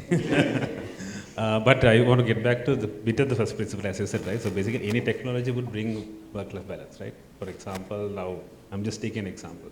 Now we are running a school hackathon. Let's have a look at YouTube. So Medirigiriya, this public school, that guy builds an application where his father, I think, father who's working for the National Blood Service, can figure out where the certain blood is available in a certain hospital, right? So using a AI-assisted coding platform. So that's a school child, right? So that will help his father to make things easier, make the doctor's life better. So work-life balance will improve when the technology comes. So how would AI do it? AI would do it in multiple proportions. So it's really going to be helpful. Like for example, cataract surgery that your mother is going through now. When our time comes, I'm pretty sure you might have to sit there and it will be a robotic assisted doctor who will be doing that in 5 minutes, not in half an hour, right? So it's a 360 answer. Thank you so much for that contribution because it's your perspective plus what you have experienced through others as well.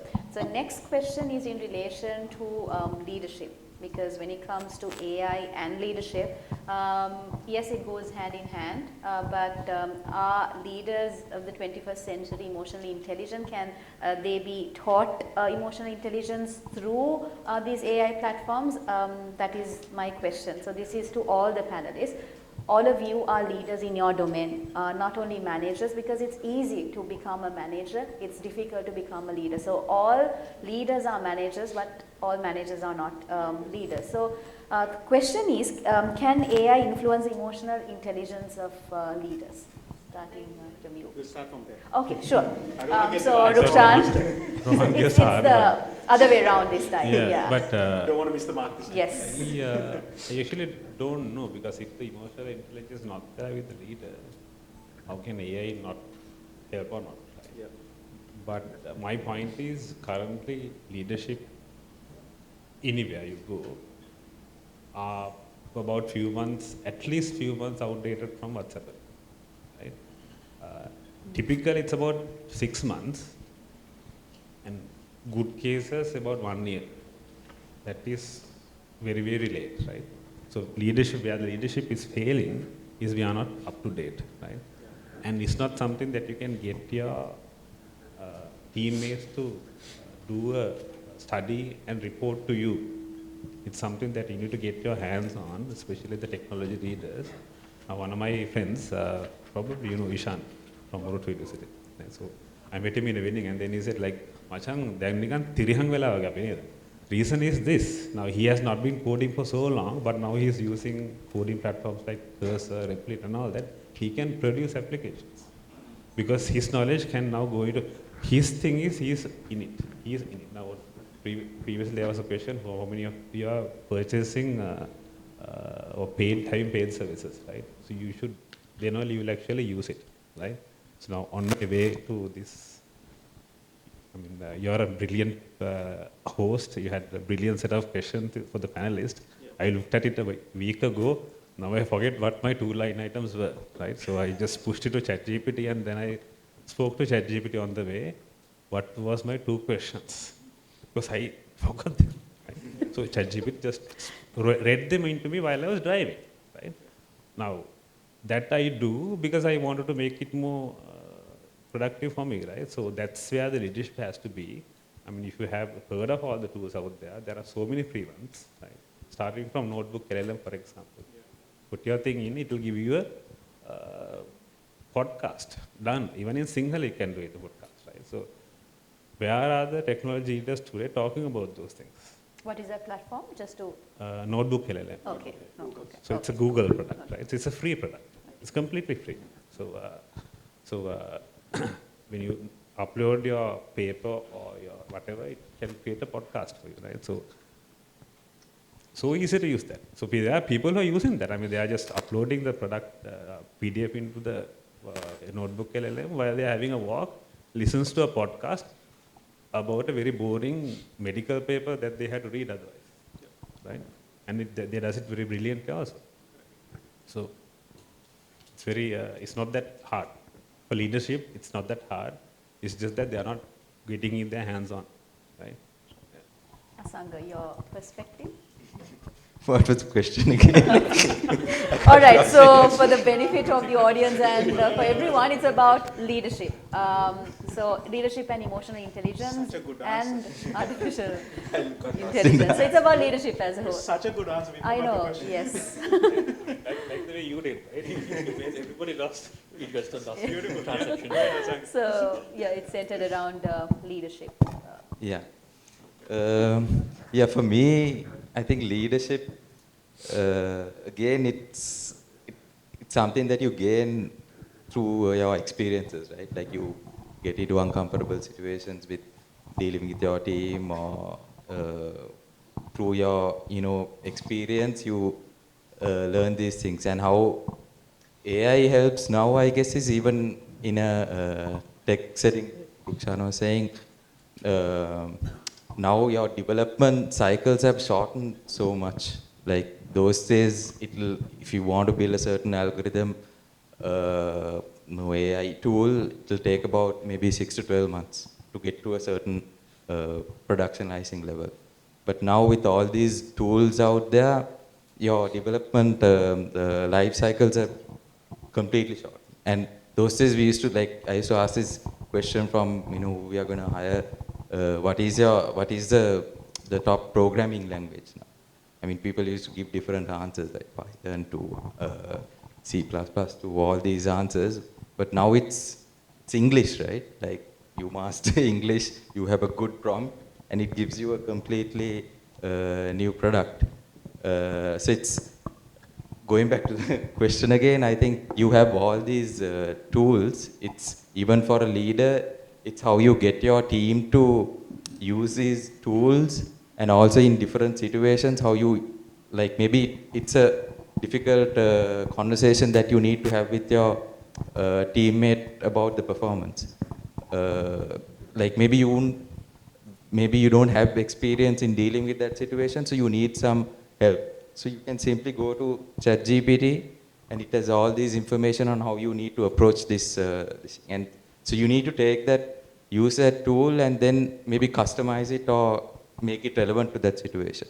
So as a leader, you have to use these tools, and you have to bring your own experience, the other people's experience, conversing with everyone else, and bring that your own emotional intelligence into dealing with people. Over to you. A couple of sides of it. So this happened to one of my friends who was working in the tech side. Then this time the ChatGPT had just come in a couple of years back to Sri Lanka. So he has told his colleague to make a report and gave certain factors and information. This is the time duration that the process needs to be there. So within an hour, he brought this lovely report. But just out of curiosity, he read it. He said, "That's some awesome English, brilliant language." But then he asked him, "Did you read this?" He said, "No, I mean, you gave the information, I put it across and I gave it across to you." Then he said, "If I give this report to the client," this is actual case, this is actually what has happened. "If I given this report to the client, as per this, you're saying you can complete this project within 2 weeks. But in reality, it will take about 2 years. So the information is completely wrong." So he used very nice, beautiful Sinhala and English words to make him understand this is wrong. But the reality, what he was saying, then actually I brought him, I said, you shouldn't have done that, first of all. You should have actually explained. Because reality, he did what was required. But the problem is, the actual problem is, he didn't understand what that person was thinking, how that person was really putting it across to. So yeah, it's now a couple of years down the line when we are using, technology, so we use design software to do certain aspects. As leaders, we give the knowledge for the freedom for them to do those things. So use Canva to show certain designs. These are very basic. But as leaders, we instruct them. What is it? We instruct them. We give them basic elements. And we expect the person to develop and use the creativity, not to lose the creativity. So AI, as leaders, emotional intelligence comes there. Where the person thinks, where the person is actually required to understand, where the person's knowledge factors are, background is, skill. So to that only you have to explain to the person how to use AI, how to get that person in. So it's two different aspects that I'm just telling you of. So emotional intelligence, as leaders, this is what difference is, this is what require. We need to inspire people not to be caught up with AI, not in more simpler words, not to be dumb about it, but to use your creativity, enhance it, using those tools to make them better. So that's where the most important thing I would say that's needed. Thank you. Nothing to add because everybody has added. Yeah, so much. So but much. I would add what Pastor just mentioned, small thing. Now, as a leader, I think I kind of said the opposite side of it, but as a leader, you would need to give AI to who's upcoming in the right way. Yeah. That's what you're saying, right? Because you can't give the whole facility to the person if it is new, because the person won't actually cultivate the skills necessary.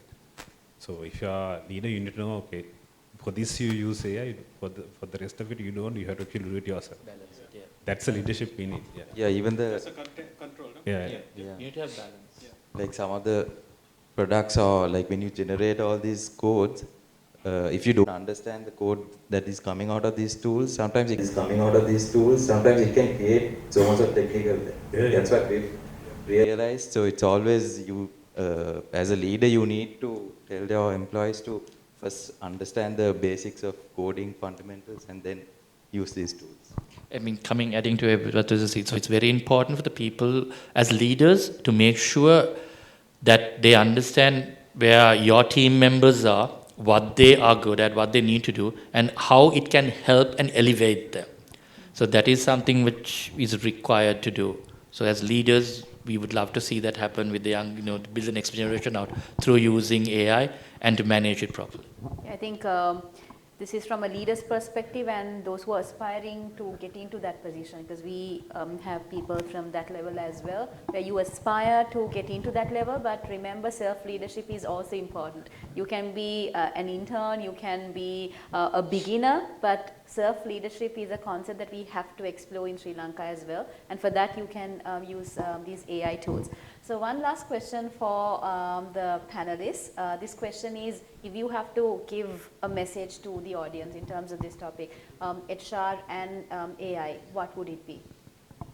So this time we can start with you. Based on your experience at Google as well, what would you like to share? Any stories? Because I know you love storytelling and the audience loves it as well. So this is one last chance for you to. Question about what? Advice?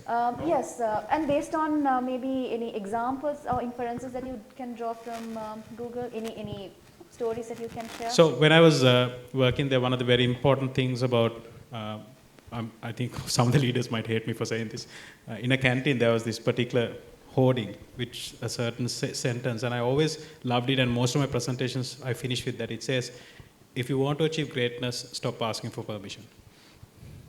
That's the Google's motto, right? And I think there are people who, it's a very bad way to say it, but I think if you want to get better and if you want to achieve greatness, just develop yourself within that, get yourself ahead of that, and I think that's probably the way. And I understand that not everyone wants to do that. I respect that, but if you want to do that, you need to constantly have that is probably the last message. So if you want to achieve greatness, stop asking for permission.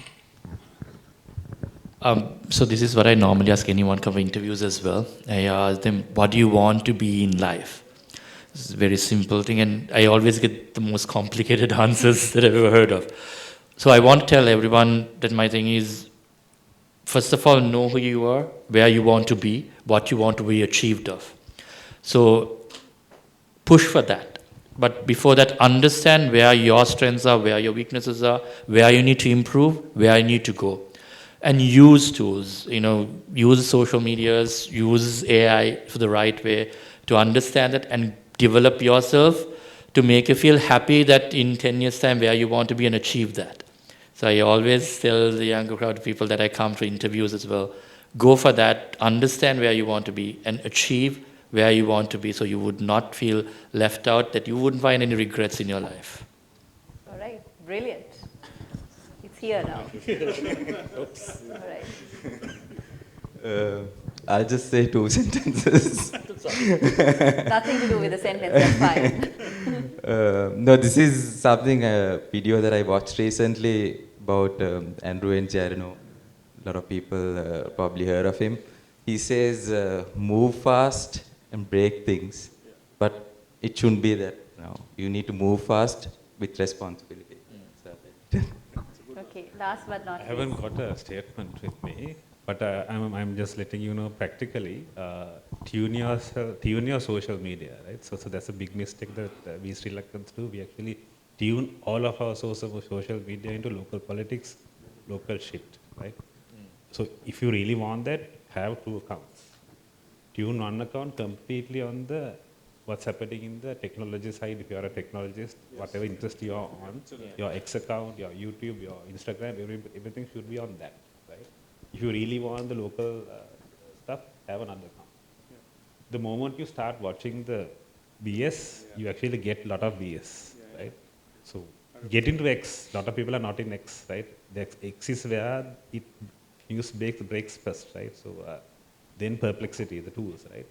And then social media. YouTube tuned it completely to another geography, not to some bullshit that is happening somewhere else.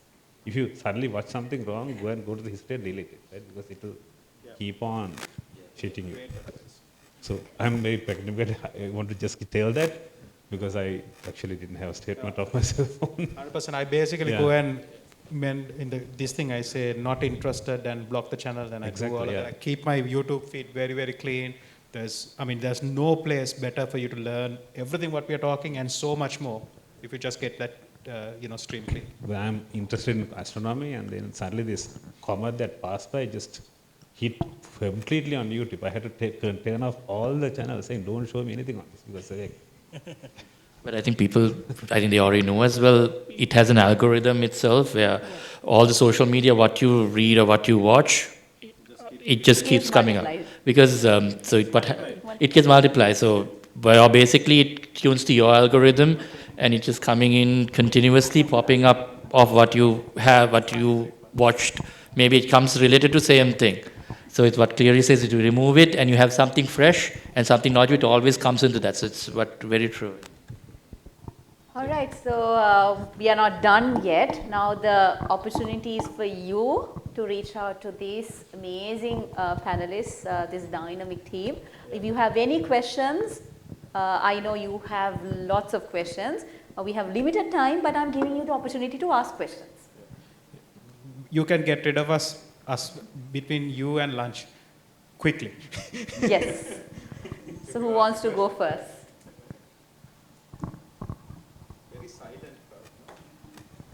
Yes, there's a gentleman at the back.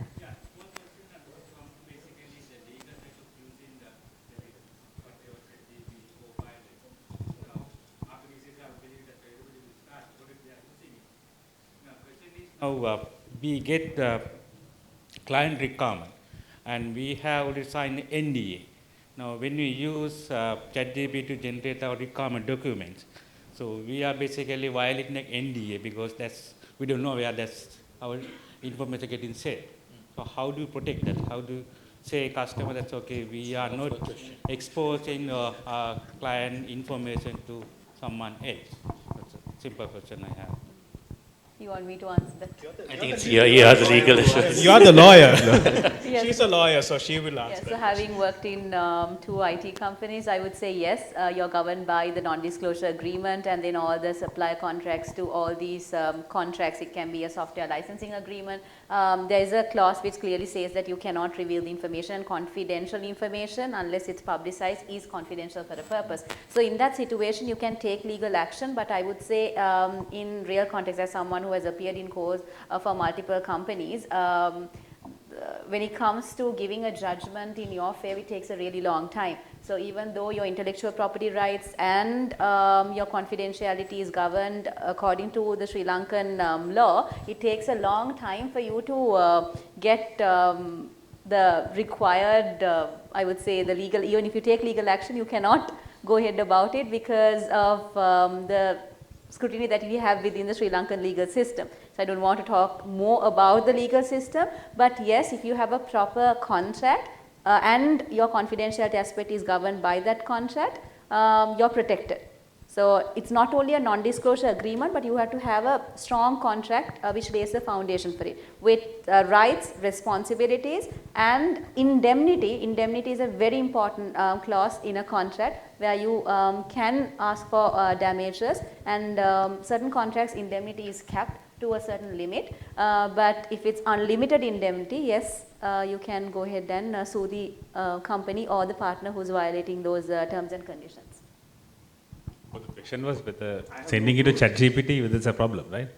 Yeah, so you cannot, because even in Dialogue, when I worked in Dialogue, we had something called Dialogue GPT. We developed it internally because people started using all this confidential information, putting it out there. So still you're governed by your contract and the non-disclosure agreement. So the moment you violate it, and if you get caught using ChatGPT, say you draft a disciplinary letter and this is confidential information, you have not replaced the names and you have uploaded to a ChatGPT, and because of something it gets leaked, then you're responsible for it as a company and as a person.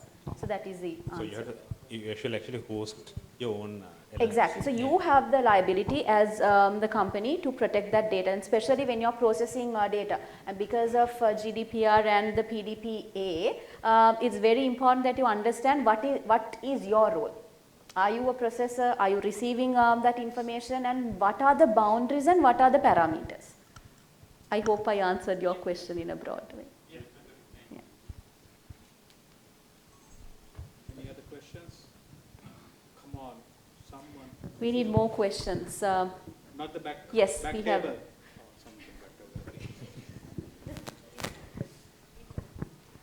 Hope you can hear me. Yeah. So this is more towards the educational system. So I have recently watched this documentary, right, where Indian colleges, they have students who are using ChatGPT or the AI to answer their questions. And then there is the lecturers who uses the AI to generate the questions. Then again, like once the students answer the questions, the lecturers again use AI to rate the answers, right?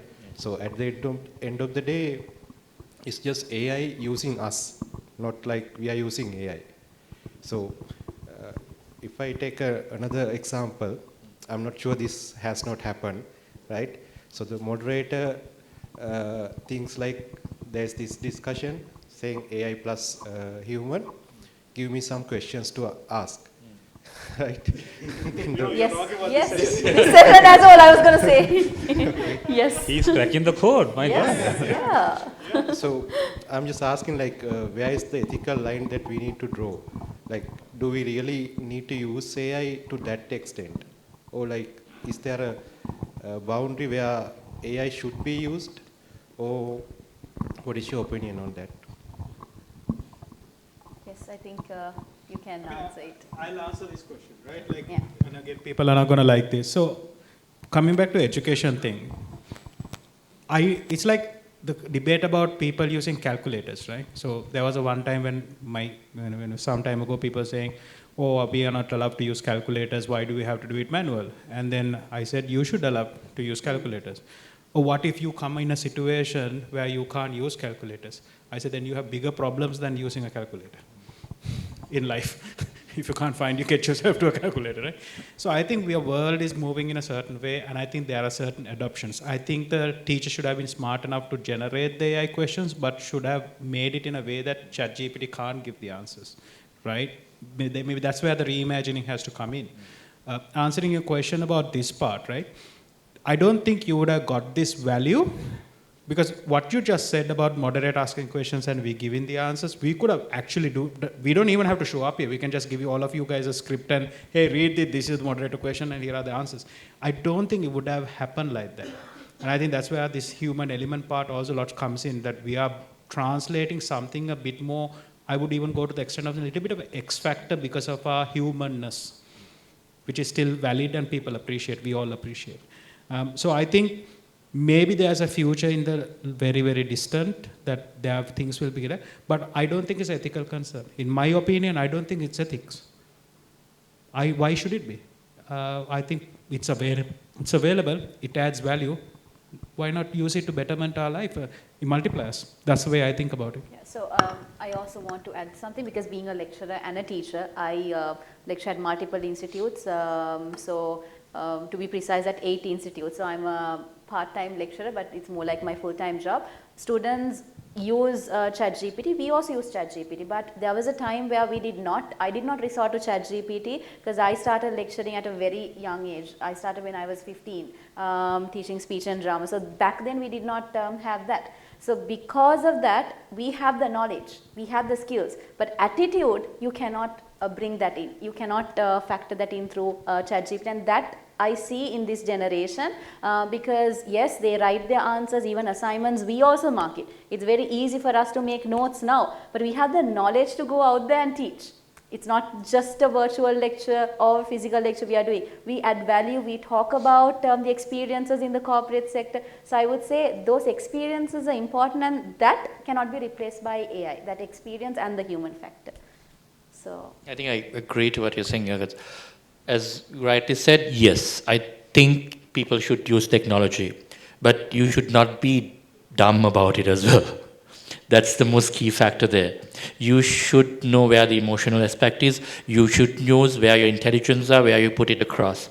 So I saw that example actually on social media as well, where in India the same thing. So the real factor is the lecturer should have been more smarter, as you rightly said, to add the emotional aspect, because we want emotions, or we want people or humans to come out of the education system, not Terminators, I would say, but not robots basically, or that level. We want real people, real emotions coming out.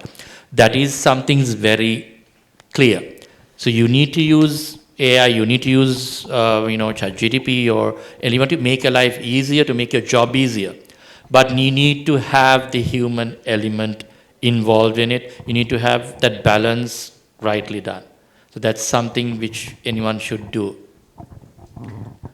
all right, thank you so much for all the questions. I know you have probing questions in your mind, but with that said, time is the biggest constraint that we have, and lunch is also ready. They are waiting for you. I know you want to ask more questions. Because of the time constraint, we'll have to conclude this session. Thank you so much. I would like to thank all our panelists for actively engaging beyond the ChatGPT answers, summarizing all of that. You actually spoke about your real experience, and I also went beyond certain questions, so it was impromptu for you. Thank you so much for this and for being a brilliant audience. I hope you gained a lot of insights and information. So if you want to talk to them, maybe during your lunch break, you can always resort to them. Thank you so much for giving us this opportunity. Thank you for being part of this panel discussion. Have a good day.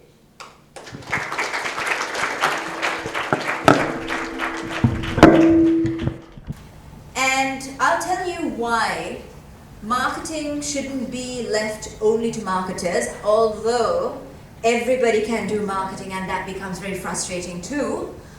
But it is not something that should be in a silo. It shouldn't be the thing that people within your industry, within tech, or I know that there are accountants in this room, shouldn't understand.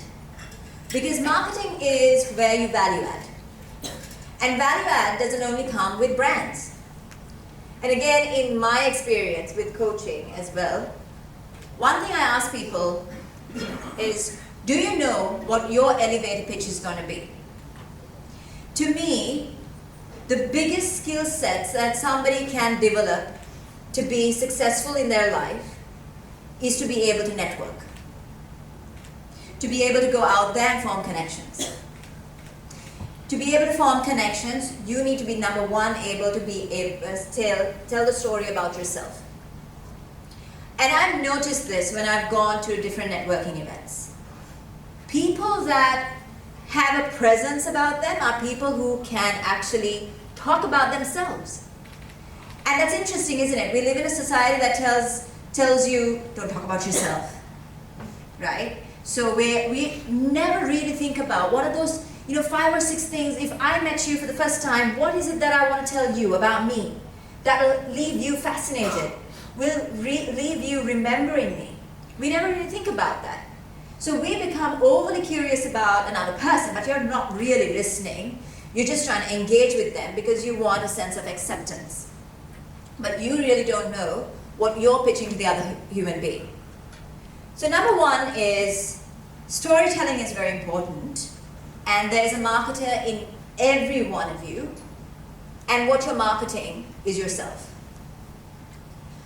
But there is also something about storytelling that's called relevance. You wouldn't say the same story about yourself to your mother that you would do to your girlfriend. But both are very important, right?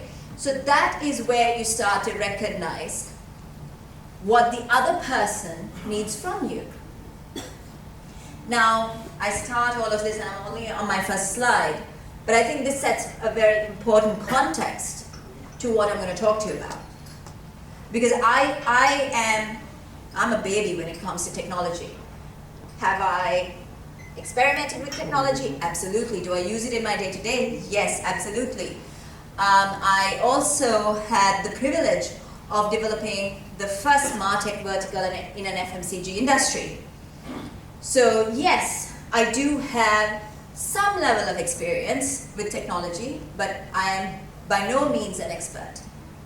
But when you're talking about this particular topic, and we're talking about empathy, storytelling, and then technology, being able to distinguish between what empathy really is and how does that then dovetail into storytelling, and then how do we start using technology to either complement us, right? Or essentially, are we really talking about complementing us, or is it going to be the future where we become irrelevant in a very basic human part of our DNA really is about understanding people, right? So that's what this whole presentation is about. I think it's first about really talking about what communication looks like, what empathy looks like, and then giving a flavor of how technology is going to play a role in it. So let's dive right in. Tough day. Okay. Now, before I explain what is strategy, let me also tell a story. I heard you all heard lots of stories now. Even previous session was about storytelling, right? I'm sure you have heard about an organization called 20th Century Fox. 20th Century Fox. What type of organization is that? It's a film corporation, right? I'm sure most of you guys are movie lovers, right? Now, this particular incident happened in 20th Century Fox in year 1994. That's about 28 years ago, right? So 20th Century Fox was led by a CEO called John Murdoch in year 1994. So one day, John Murdoch gets a telephone call from a Harvard undergraduate called Simon. And Simon wants to meet John Murdoch. He has a business proposal to offer. So John Murdoch says, son, I'm busy. If you can share the hard copy, the proposal hard copy, I will go through and let you know. But he keep on insisting, sir, I want to meet you for only for 5 minutes. So CEO says, I'm busy this week, you call me next week. So next week also, this young lad calls him, and finally he gets an appointment. So CEO says, son, you come and meet me today at 7. I can meet you about 10 minutes of time. Right? So Simon comes, meet John Murdoch, introduce himself, and the CEO said, son, speech me. I only got another about 5-6 minutes. I need to go for another meeting. So I only got 2 questions to ask you. My first question, sir, what is your company name, sir? What is your company name? Good question or a bad question? A stupid question to ask, right? When you go for a sales pitch, to ask a name of the company, right? So CEO said, son, you should know my company name before coming up with any business proposals. No, sir, I just want to know your registered company name. And CEO replied and said, that's 20th Century Fox Corporation Inc. Thank you very much, sir. So now we are in year 1994. Now this is the second and last question. Now we are in year 1994. In another 6 years' time, it would be the millennium, the new century. So what would be your company name then, sir? Understood the question? Right. And the CEO, without any hesitation, he said, that would be 21st Century Fox. We'll be producing the latest movies for the new century. And Simon smiled and said, thank you very much, sir. That's why I'm here today. I have registered 21st Century Fox brand under me. If you want, you can pay $100,000 and purchase it from me, and it's negotiable. Right? Now in this story, the CEO, who's supposed to be the conceptual officer of the business, did not realize his most valuable asset. What is that? His brand. Is getting outdated in another 6 years' time. So he did not have a long-term plan for his brand. Right? But other hand, this young lad was very smart. He had the conceptual ability to see this, to make some money. Right? So what is strategy? Strategy is a long-term plan. In simple terms, it's a long-term plan. It's a plan designed to achieve long-term goals. Right? So, in organizations, there are 3 levels of strategies. There are corporate level strategies, there are business level strategies, and third one? Any thoughts? Third one?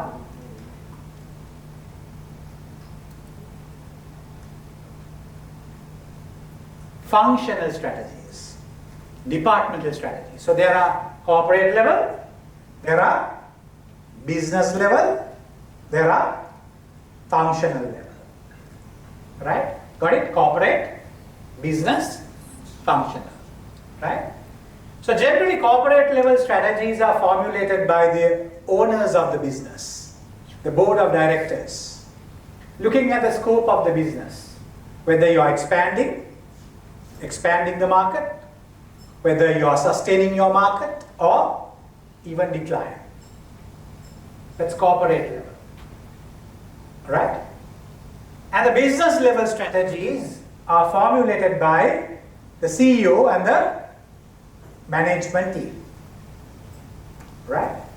So what are the business level strategies organizations has?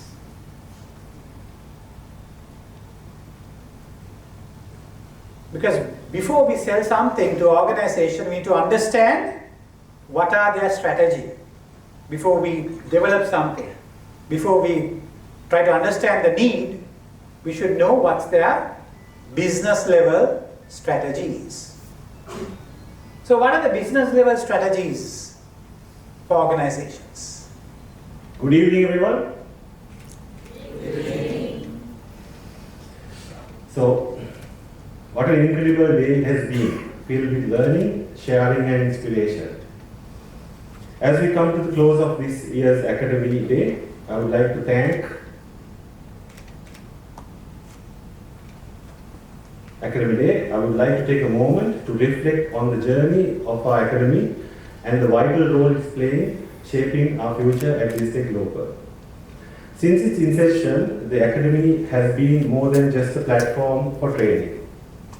It's been a beacon of knowledge sharing, a launchpad for growth, and a space where curiosity meets opportunity. From technical upskilling to leadership development, and the Academy has empowered our teams not only to keep pace with change, but to lead it.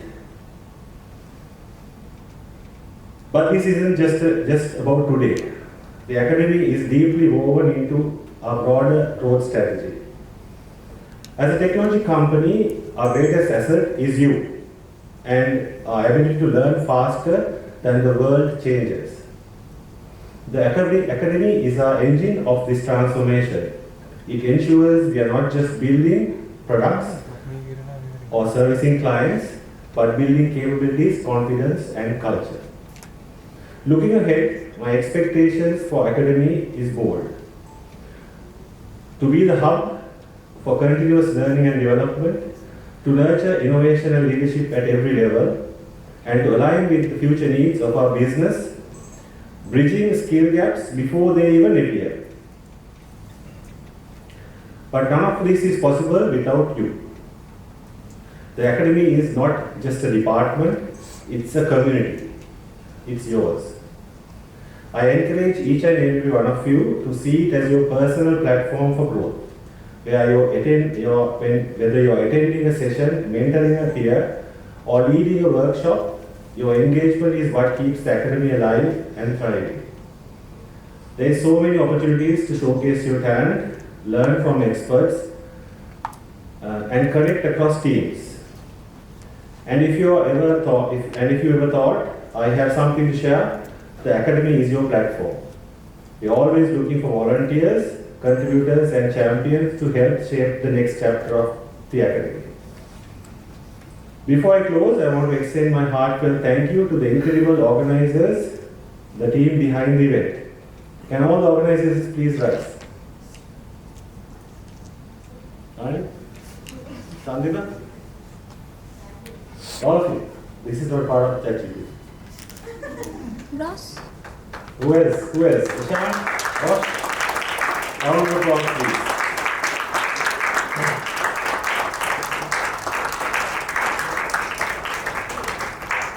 Your dedication, creativity, and attention to detail make this day truly special. And a special thank you to Ranali and Chandima, whose passion and leadership continues to elevate the Academy year after year. Let me leave with a quote that captures the spirit of today's and the future we are building together. AI will not replace you. The person using AI will. Let's be the people who use it wisely, creatively, and contagiously. Thank you.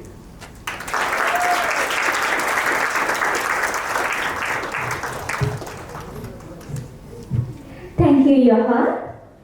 As we come to the end, now it's my turn to say a big heartfelt thank you to all the amazing people working tirelessly behind the scenes. First, a sincere appreciation to our speakers and panelists who shared their insights and inspired us with knowledge and experience. To the teams behind the Icebreaker and activity sessions, thank you for adding energy and engagement to our day. To our leadership team, as well as the leads and project managers Your continued guidance and encouragement have been invaluable. A special thank goes to our finance team and our operations and IT teams who work tirelessly to ensure everything ran smoothly. We are grateful to our sound and LED operators and to our photography and videography teams for capturing the essence of today so we can look back and relive these moments. And of course, to all our participants, thank you for your enthusiasm and for making the Academy what it truly is, a platform of shared learning and growth. Finally, to the organizing committee, your dedication and teamwork brought us all of this together. Without your effort, today would not have been the success it is. Thank you, each and every one of you, for your commitment, your passion, and for being a part of this journey. Together, we have truly lived up to the spirit of one vision, one team. Once again, a big thank you to every one of you. Can we have a round of applause? Yes. Thank you. As we conclude, let's carry forward the insights, inspiration, and the connections we have gained today. Remember, every idea shared here has the potential to spark change, growth, and innovation. Before you leave, please take a moment to fill out the feedback form. We have shared the link in our WhatsApp group, so take a minute to fill that. And thank you once again for being part of today's journey. Until Academy Day 2026, stay curious, stay motivated, and keep shining. Have a good night.